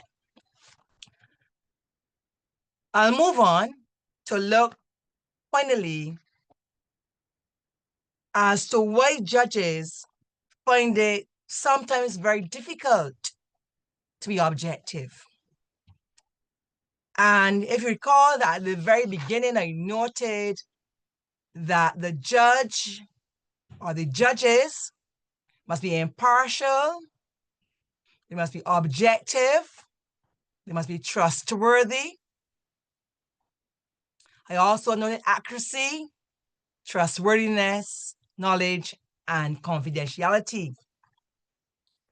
And we have to ensure at the end of the day, and I also noted that the best person on the day wins and goes on to represent the club, the area, the district, whatever. So we want to ensure that all our judges do what's right to ensure that the correct person is not barred from doing so. And there's some things that we have to look at as judges to ensure that we are as objective as we can be when we are judging. One of the barriers that often come into play is speaker position. And when I explained, when people are presented with a list or series, they often recall the end of the list because they remember the last, because that's the last. Let's say we had 8 speakers. Let me explain. There were 8 speakers. And you remember the last set. I forgot what the first person said. And your speaker number 1 might have been the best speaker. That would have been the best speaker. But you went on, and by the time you get to the last, you even forgot some of what speaker 1 might have said. So this position aids a lot, or can be a barrier to objectivity. The short-term memory and the long-term memory start to play with us. So we have to bear that in mind. So as a judge, we must listen to every presentation as though it was the first. So if you are asked to be a judge and you feel within your mind you don't have you are capable to listen to 8 or 10 speeches and give those 8 or 10 speeches your individual attention 100% as much as possible, then it would be better to say, I do not want to be a judge. So we don't want to have that barrier of speaking position. The other one is the champion for the underdog. This is where the judges believe that underdogs put forth more effort than an advantage or a more powerful opponent and are the more deserving of success. Let me put that into English or into Toastmasters English. So there's this particular Toastmaster who is, for want of a better word, one of the less privileged, I'm using the words less privileged in inverted commas as a speaker. And if this person is given the opportunity to go forward and present, it might take that person's ego may go a little bit higher. And we vote for that person. We have to guard against that. We want the best speaker and not who you might think is the underdog on the day. The halo effect. This is, and there are 2, there's the halo and the reverse halo. So the halo effect, the person is, you have this person admire, this person can speak well, does everything well. Whatever it is, a speech in the club and they're voting the best speaker, that person wins. That person's language is at the top, does everything well.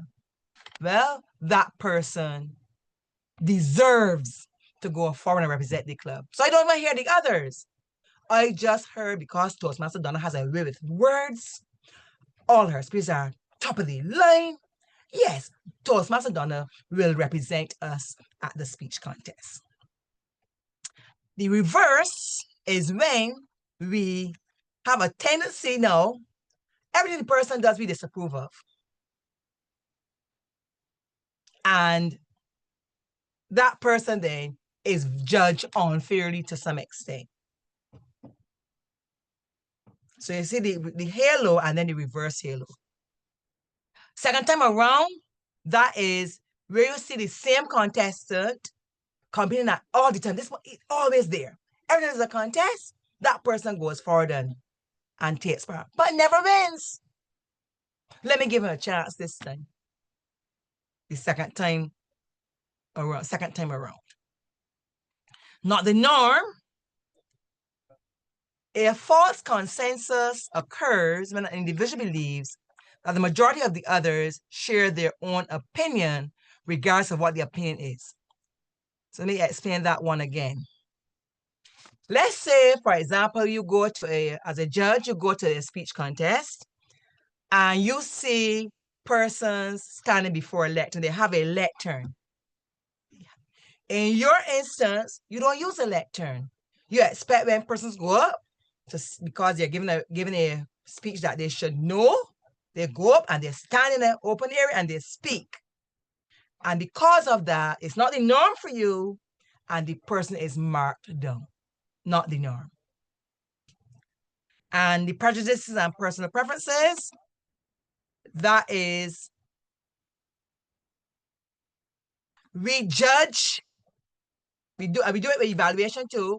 We judge based on our dislikes, our preferences. And as a judge, the speech the person is giving might not be something that you particularly care to listen here about. When you hear the topic, it does something to you negatively. However, as a judge, that your preference should not interfere with giving that person the points that he or she deserves. Any questions as it relates to barriers to objectivity?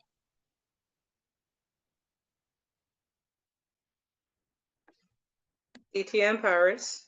Yes, please. I am glad that you deliberately took the time to go through the barriers to objectivity, and I could agree with what you're saying.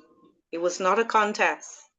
I hope what I'm saying is not relevant, but I did a speech of losing a client of mine, and in giving that speech in a small room, the evaluator said she couldn't hear me.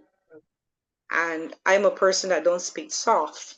I don't be loud and crash, but because of the type of the speech, and it was still fresh, I thought that the evaluator should be more understanding or more empathetic, because there were times that I was choking up as well, because I had to relive going there to say goodbye and then crying to meet the husband to give him a check on behalf of the company. So it's this that you shared, even though it is in the criteria for the judges, we also can apply it when we are evaluating individuals and the type of speeches that they are presenting to as well.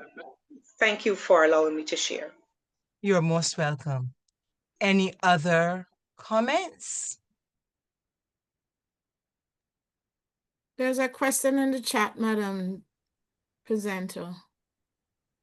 Can you tell me what it is? Accounting for the speaker position barrier, which are the top 3 best speaker positions in a lineup?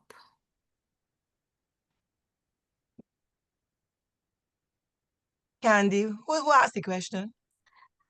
Toastmaster Wilson, which are the top 3 best speaker positions in a lineup? Oh, so I want to paraphrase that to mean that she's asking me, and I don't want to paraphrase. I would prefer if Toastmaster Wendy, can you speak and give me some background? I'm sorry, Now, but Wendy that Wilson was is not from Malcolm me. Wilson. Oh, accounting for the speaker position barrier, the one where you're talking about, how they're lined up. So the question Malcolm Wilson asked is which are the top 3 best speaker positions in a lineup? And that's a question that I believe Toastmaster Wendy is asking me. I do not believe there are any best 3 positions. I believe as a Toastmaster, I like to speak and get it out of the way.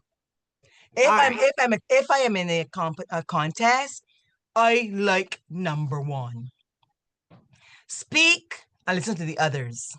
I know that there are persons that like to be just in the middle. They like to hear the first 4 and then so the last 4.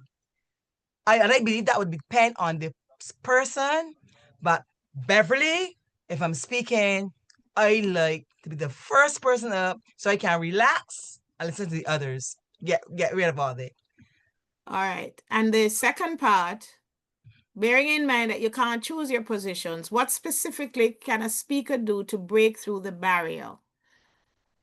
The speaker position barrier. What could the speaker do? But it's nothing the speaker can do. The onus is not on the speaker. The onus is on the judge to ensure that whether the speaker comes at number 1 or number last, that person is given the best, that is judged well. And judged well meaning that all the criteria have been looked at, and when you mark that person, you have marked that person based on and it's objective.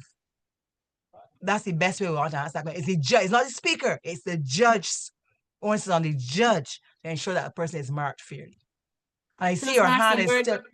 Toastmaster Bertrand hand is up. And Wendy's hand was still up again. She wanted to say something more.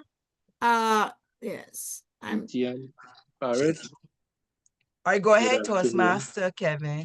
I would like to ask why it is the marking from the judges or the score cannot be given as feedback to the contestant at the club level and maybe the area level.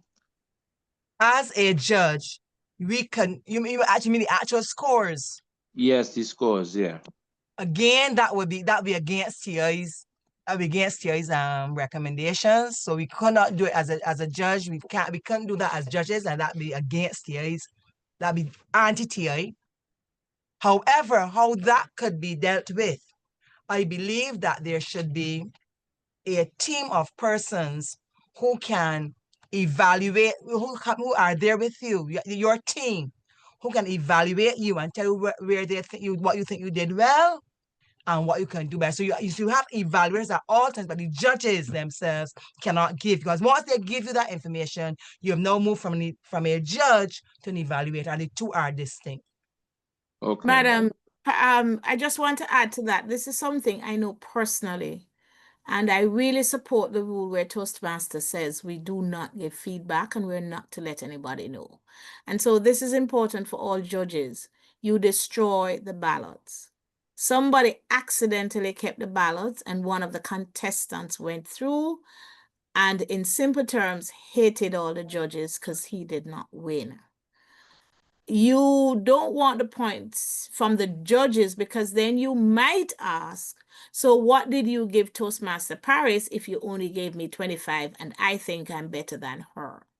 So because I've seen it played out in a very terrible way, I really do support it, and I support Toastmaster Paris in saying, get your team of evaluators to help you, but please don't ask the judges, because it will later on become messy somewhere else down the line. Madam Paris, I recognize Toastmaster Malcolm Wilson hand up. Before Toastmaster Wilson comes, let us also remember that the rule book says, as far as possible, judges are to be anonymous. Good point. Yes, experience, you might be able to look and figure out this one might be a judge or that one might be a judge. but it's not supposed to be explicit. Yeah. Good point. Thank you so much. Very good point. Okay. Toastmaster Malcolm Wilson, Wilson. yes. Mhm. Thank you. Taking into account that the rules are very strict and also that it's important that the judges are anonymous. My question is, do you believe that judges' feedback to the speakers can be very valuable? And if yes, how would you propose for the feedback to get to the participants in order for them to learn and grow from those judges? Because it's a moment in time thing. That's my question. So I interpret your question as you first are noting that the feedback given from the judges is important. You want to find out what would be the correct forum to use to get it from judges so the speakers find out. In your opinion?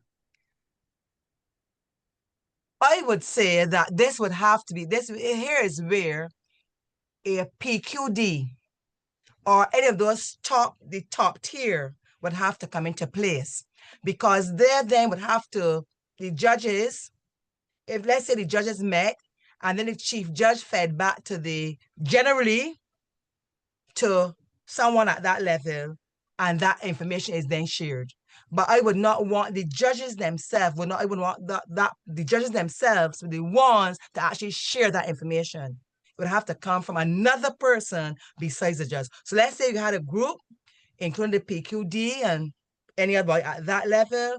Information is shared by the chief judge only. So the chief judge and the judges met and they looked at the areas that where they excelled and whatever, and then they give general information.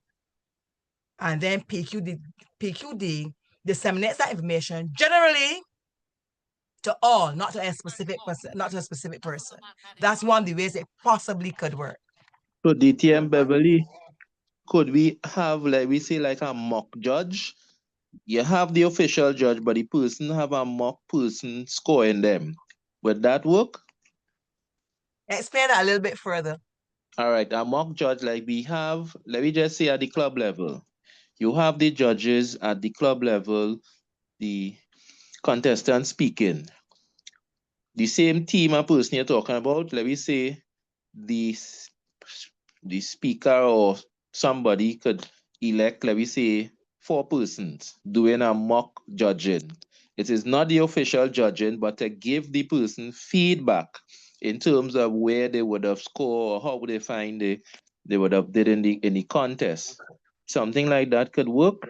Yeah, so again, you'd have to get the same. So you're probably your VPE and a panel of 2 or 3 persons. The Correct. chief judge shares with that person, and then that person gets a general feedback. So when I say something, it's not, even though Kevin spoke, it was not to Kevin, but all the person who spoke gets all the information. So it does not help Kevin, but pick up what is necessary for him, but it will be given generally. That's how I see it. But I'm not sure how well that would work. I'm sorry, but I don't see how that's going to help. If I have a panel of 5 judges and they judge collectively and get X result, having a mock panel of 4 or 5 different judges, how's that going to help you? Okay, right. So I have seen where, I don't know if person can identify with this, where you see person being judged, but yet still the person who won is not what the audience would have agreed with. I'm going to give you a different scenario. In this case, what I'm saying is the person want to gauge how well they would have done regards to scoring in the different categories. So you are appointing persons, it could be independent. I understand your concept. But I'm Uh-huh. saying it's different persons. I don't see how that's going to help. Madam Program Quality Director, may I suggest Toastmasters one of the things I like about parliamentary procedure, it just says, these are the rules. And the reality is, in the rule book, is that Toastmaster says we cannot amend the rules. And the rule right now says that the judges remain confidential, and even their scoring cards are to be destroyed immediately. There's a timeline in the rule book that says it's destroyed. If we wish to change that rule, it has to go to Toastmasters International.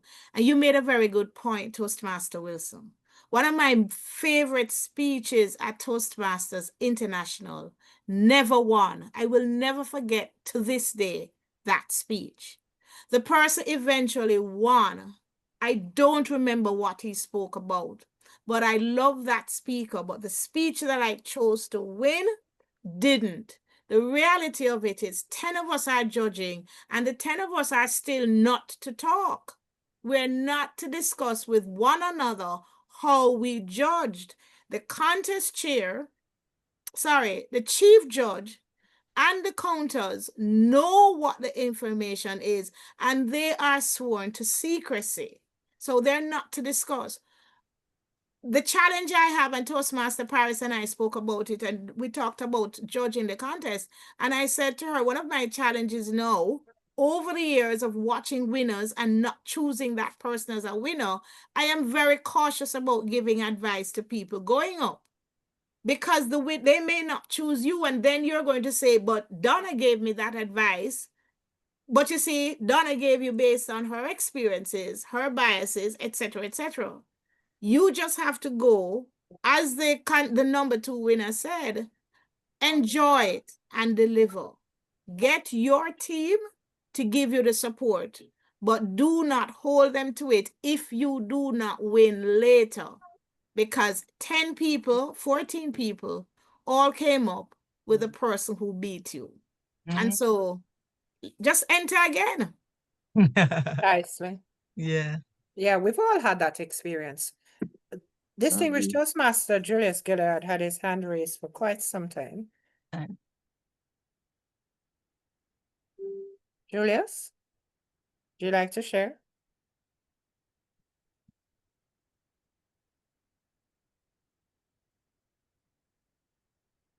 Maybe we lost him.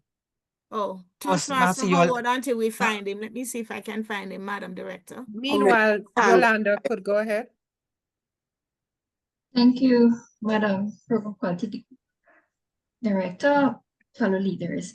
I just humbly suggesting that one of the reasons that we are gathered here is to ensure that when we are judging, we follow those criteria and we follow them to a T.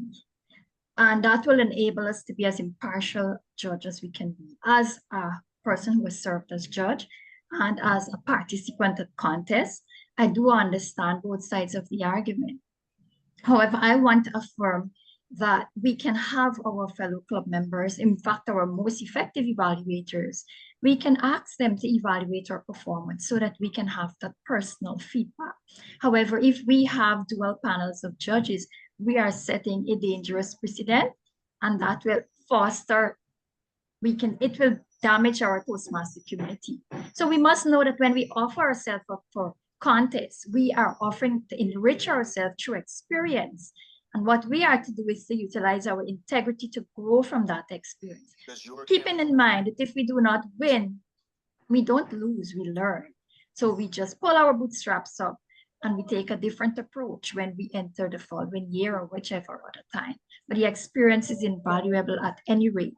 Judges, if you are here, this is why we need to follow closely those guidelines that have been set forth. And remember that we are all subjective in the way that we view things. So this will always cause some amount of dissonance. And as DTM Donna said, there isn't discussion, there isn't collaboration. It's not like a debate where we are coming together to make a deliberation. It's a very closely guarded ballot that is sent forward, devoid of any thoughts or ideas or opinions that you have as a judge. Just a number, or rather, in fact, just 3 names are submitted, and those names are tallied. And if there is a tie, there is even a process for breaking that tie. It's very clearly defined. So that's all I just wanted to bring forward, especially for persons who may not have competed or served in a contest prior. Thank you for allowing me the opportunity. Most welcome. Thank you so much. Toastmaster Julius came back on? Apparently not. I will keep checking, Madam Presenter. Yeah. So we've heard the various suggestions, options, but we ruled out, the final decision is that that's not, Toastmaster, as I said initially, Toastmasters International does not allow it, and we encourage you to have your various evaluating team to work with your presenters and assist them. And you can see as they speak, you will find the areas that they can do what they did well in, where they can improve, and assist them as they move from level to level. And thanks all of you who shared. I see the hand of Toastmaster Rhonda Lynch Watts. I greet it to you. Thank you so much for the value given. The last speaker actually triggered a memory that I had where a club presented their winners and actually had a tie, which, based on what they told me, still maintained after the tiebreaker judge came in. To me, it didn't make any sense. I know we didn't really speak on how the tie-breaking judge works.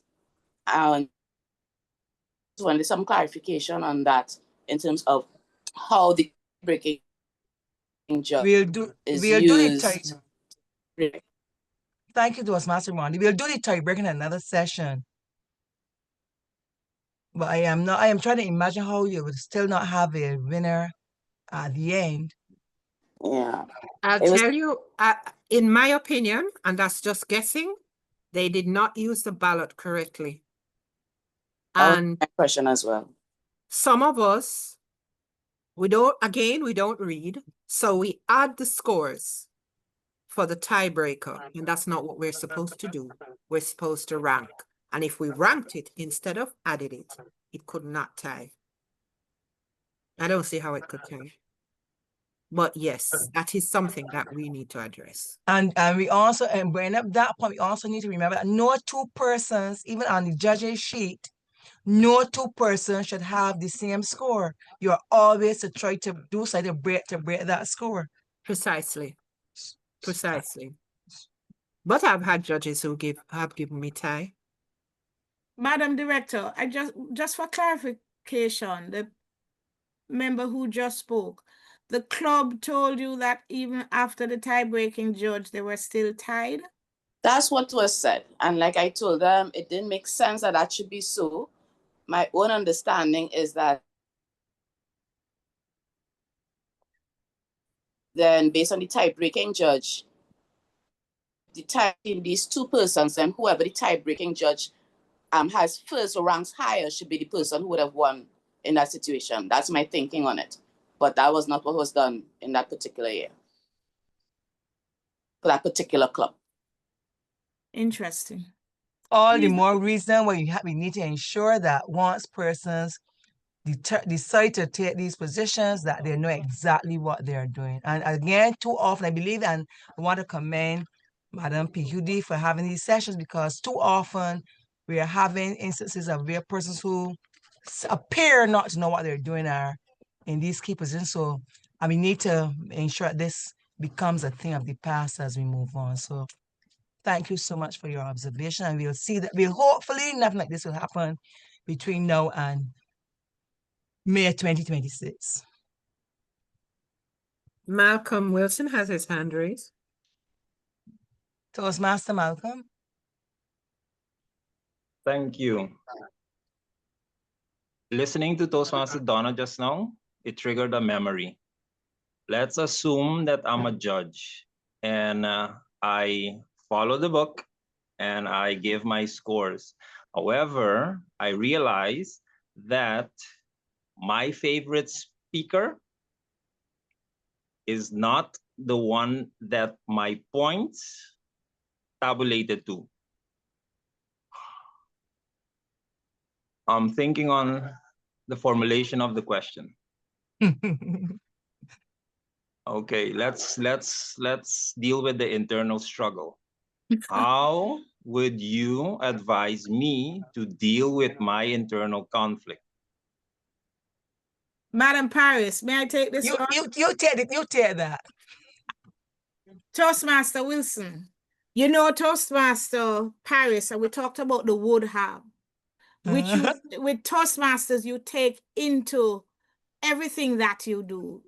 And for that argument, I am an educator. I love language. I'm a linguistics minor, etc., etc. So that goes with me. My favorite, as a judge 1 year, the person I chose, for example, you are my favorite speaker, but when I looked on my points, I gave it to Toastmaster Paris because on that day, I put in everything. Toastmaster Furlong said it. We start at the end. I learned that from Toastmaster, the late Eileen Wolf, that at the end, we start at the end and we cover. When we do the points, we say, hear it, and we make notes. So we make notes and realize that this person did this well, this person could have done this better. That's what we learned from her, and I still use it. And I'm saying, okay, I realize that I have 2 speakers who are tied. Let me look at my notes and see where I will break it before I submit it. And though I want Toastmaster Wilson to win because it's my brethren and he owe me $100 and he's going to give it to me, he cannot win because on that day, I think that Toastmaster Paris is the better speaker. So you're going to have to do that. And remember, you don't have to tell anybody. You just be fair to yourself and sleep well because Toastmaster Paris, Toastmaster Knight cannot ask you how you thought the present. By the way, that's a rule.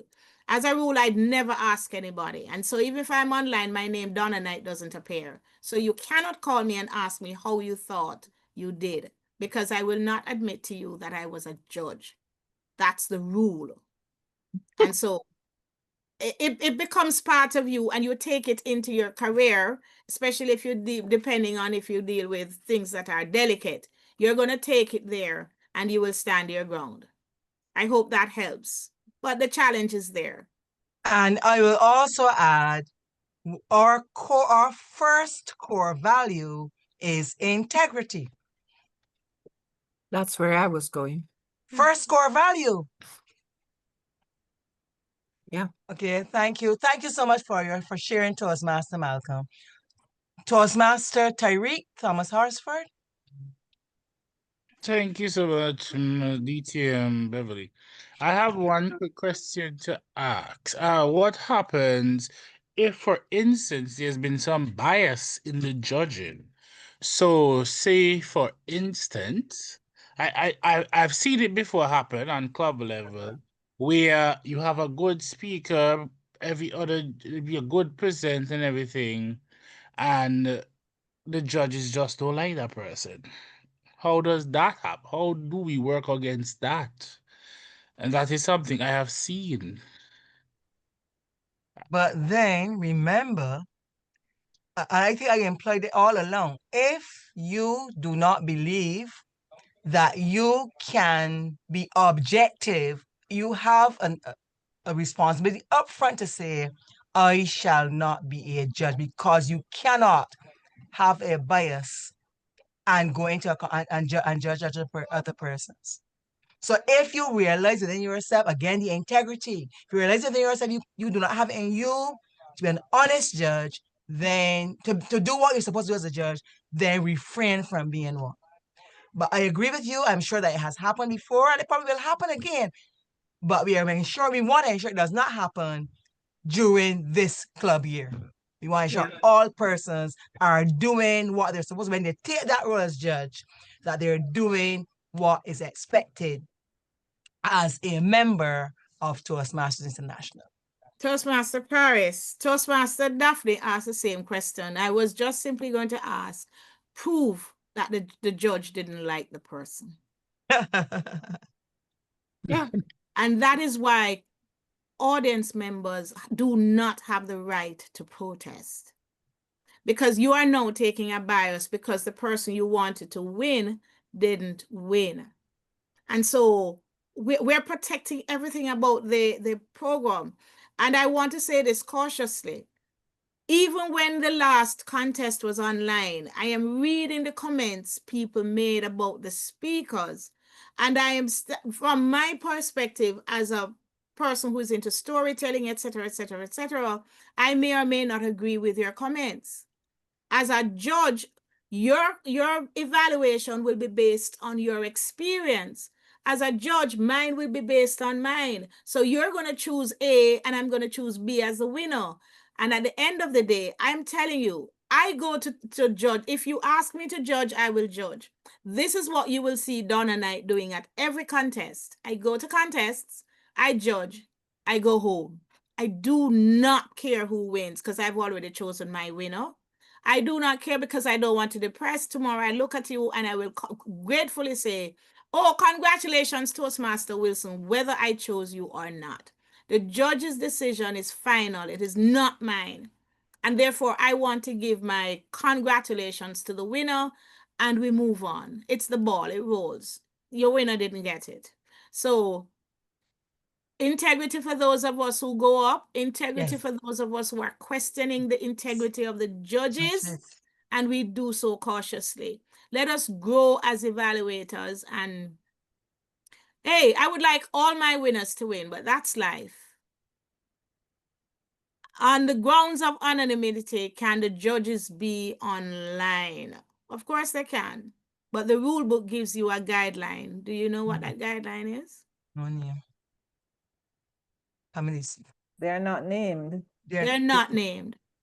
No, the judges cannot be online. No. The online judge. I guess it's the online contest. Online judge. Online contest. That's not how I interpreted that question. Oh, yes. You mean generally speaking? Yes. No. Okay. Thank you, madam. And that is it again. How do we interpret what we heard? Yes. Extremely critical. The rule book, one of the revisions this year, states clearly that all functionaries must be present. In person.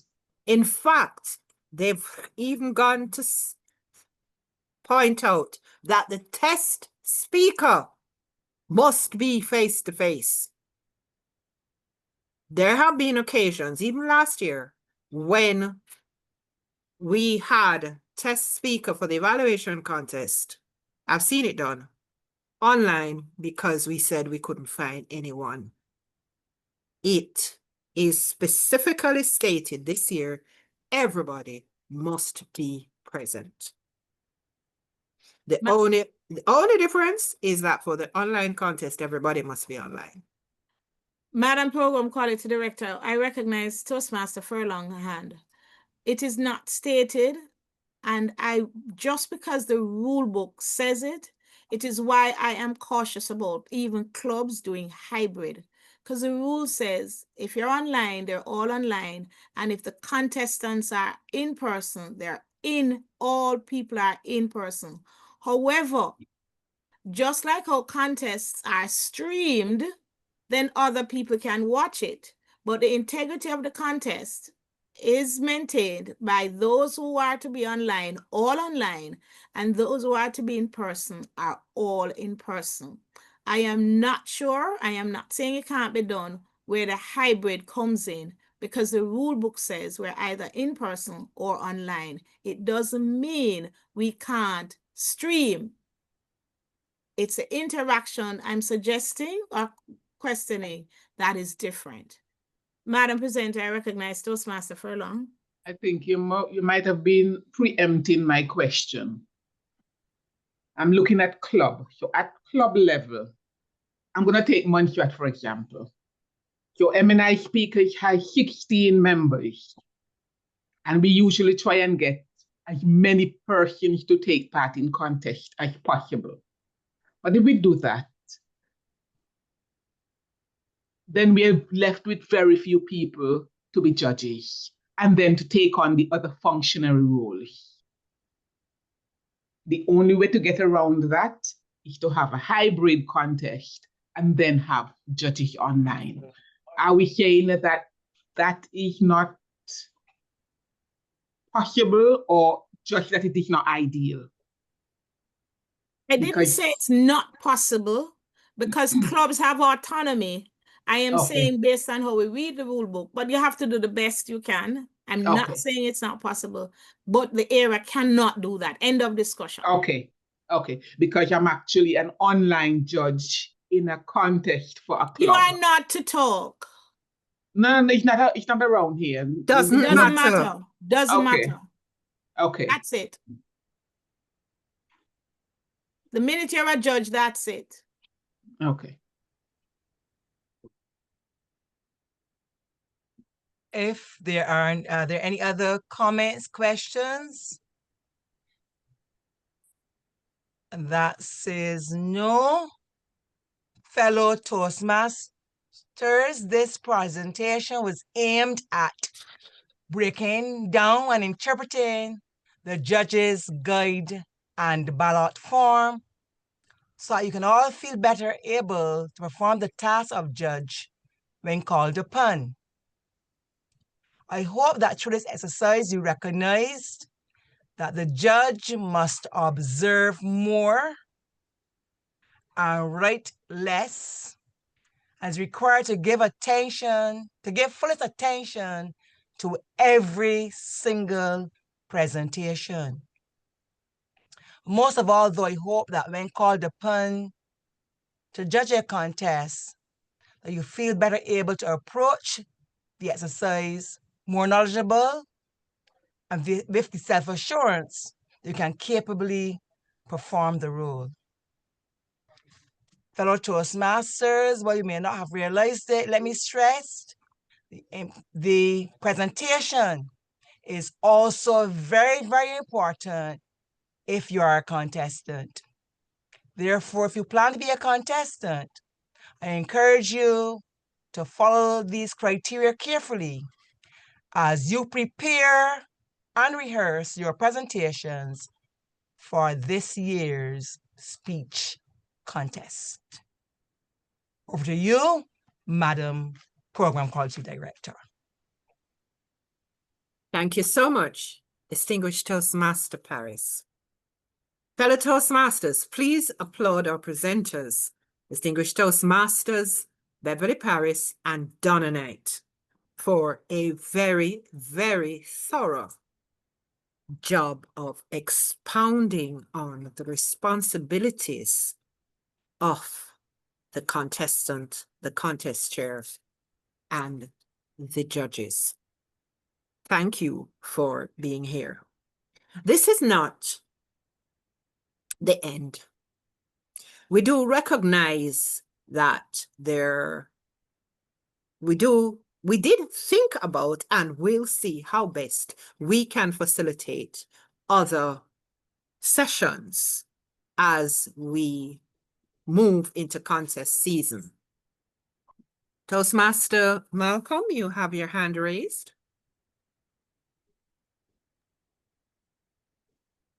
Yes, thank you, Madam PQD.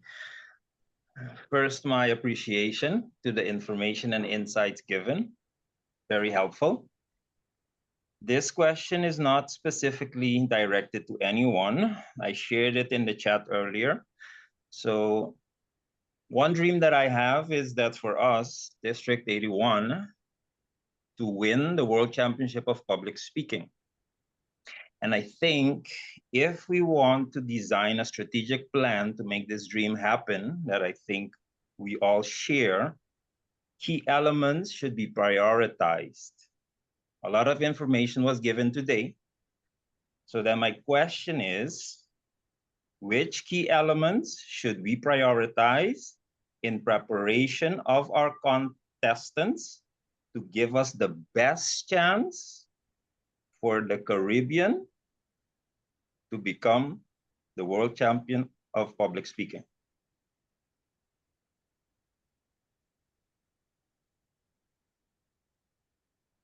As our district director says in the chat, which was what I was going to say, the only way that District 81 can see a world champion of public speaking is if it happens in August 2026.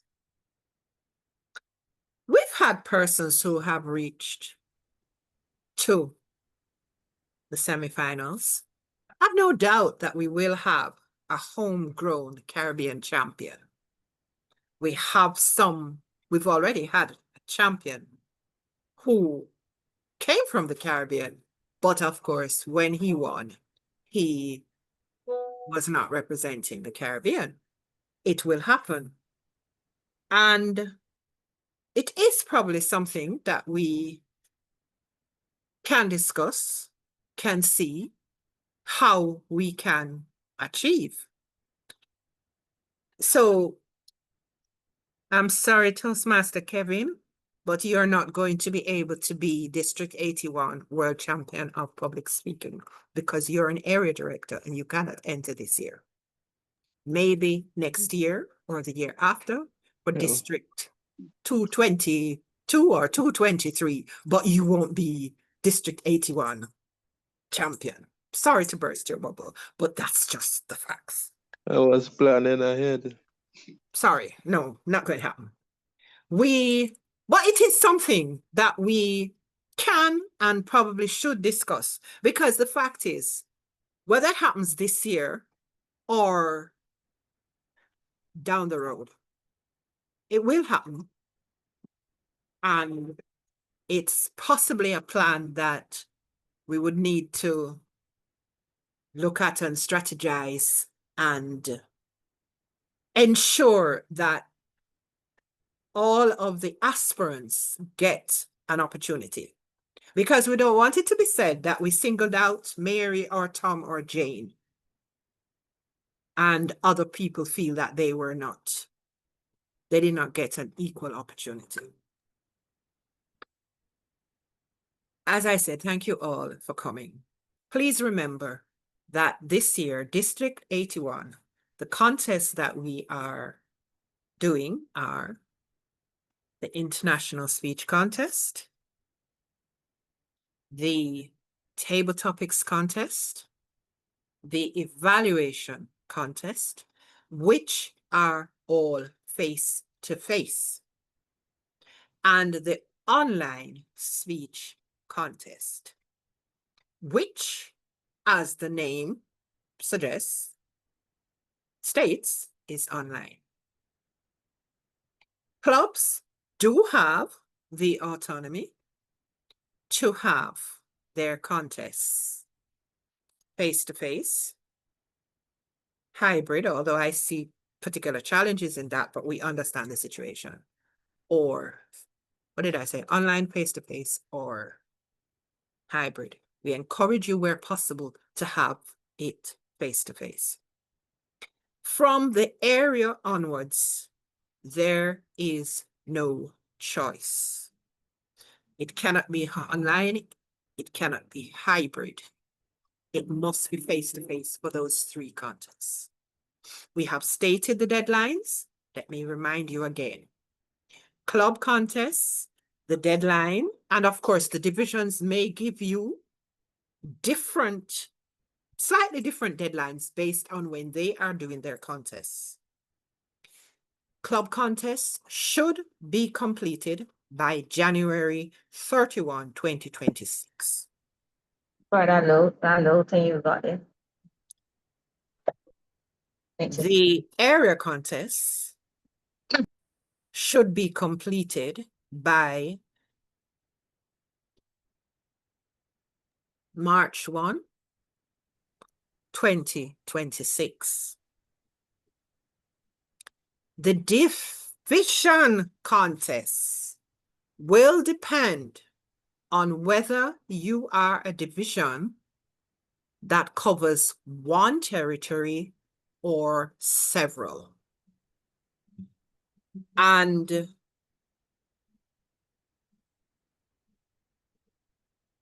I'm having a senior moment, so I'm not remembering the deadline for the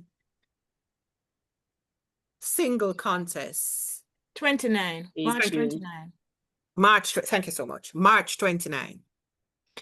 The online speech contest district level is scheduled for the first Sunday in May. That's either the 3rd or the 4th. I don't have a calendar in front of me. That will be before conference. The 3rd. If you are a district that has more than one country, your contest will be at the district conference in Jamaica. And I believe that date is May 13 as things stand. Of course, you will be reminded and you'll get lots more information. But please bear that in mind. I encourage clubs to work with those dates. They are staggered for a reason because it allows planning. And too many times I see that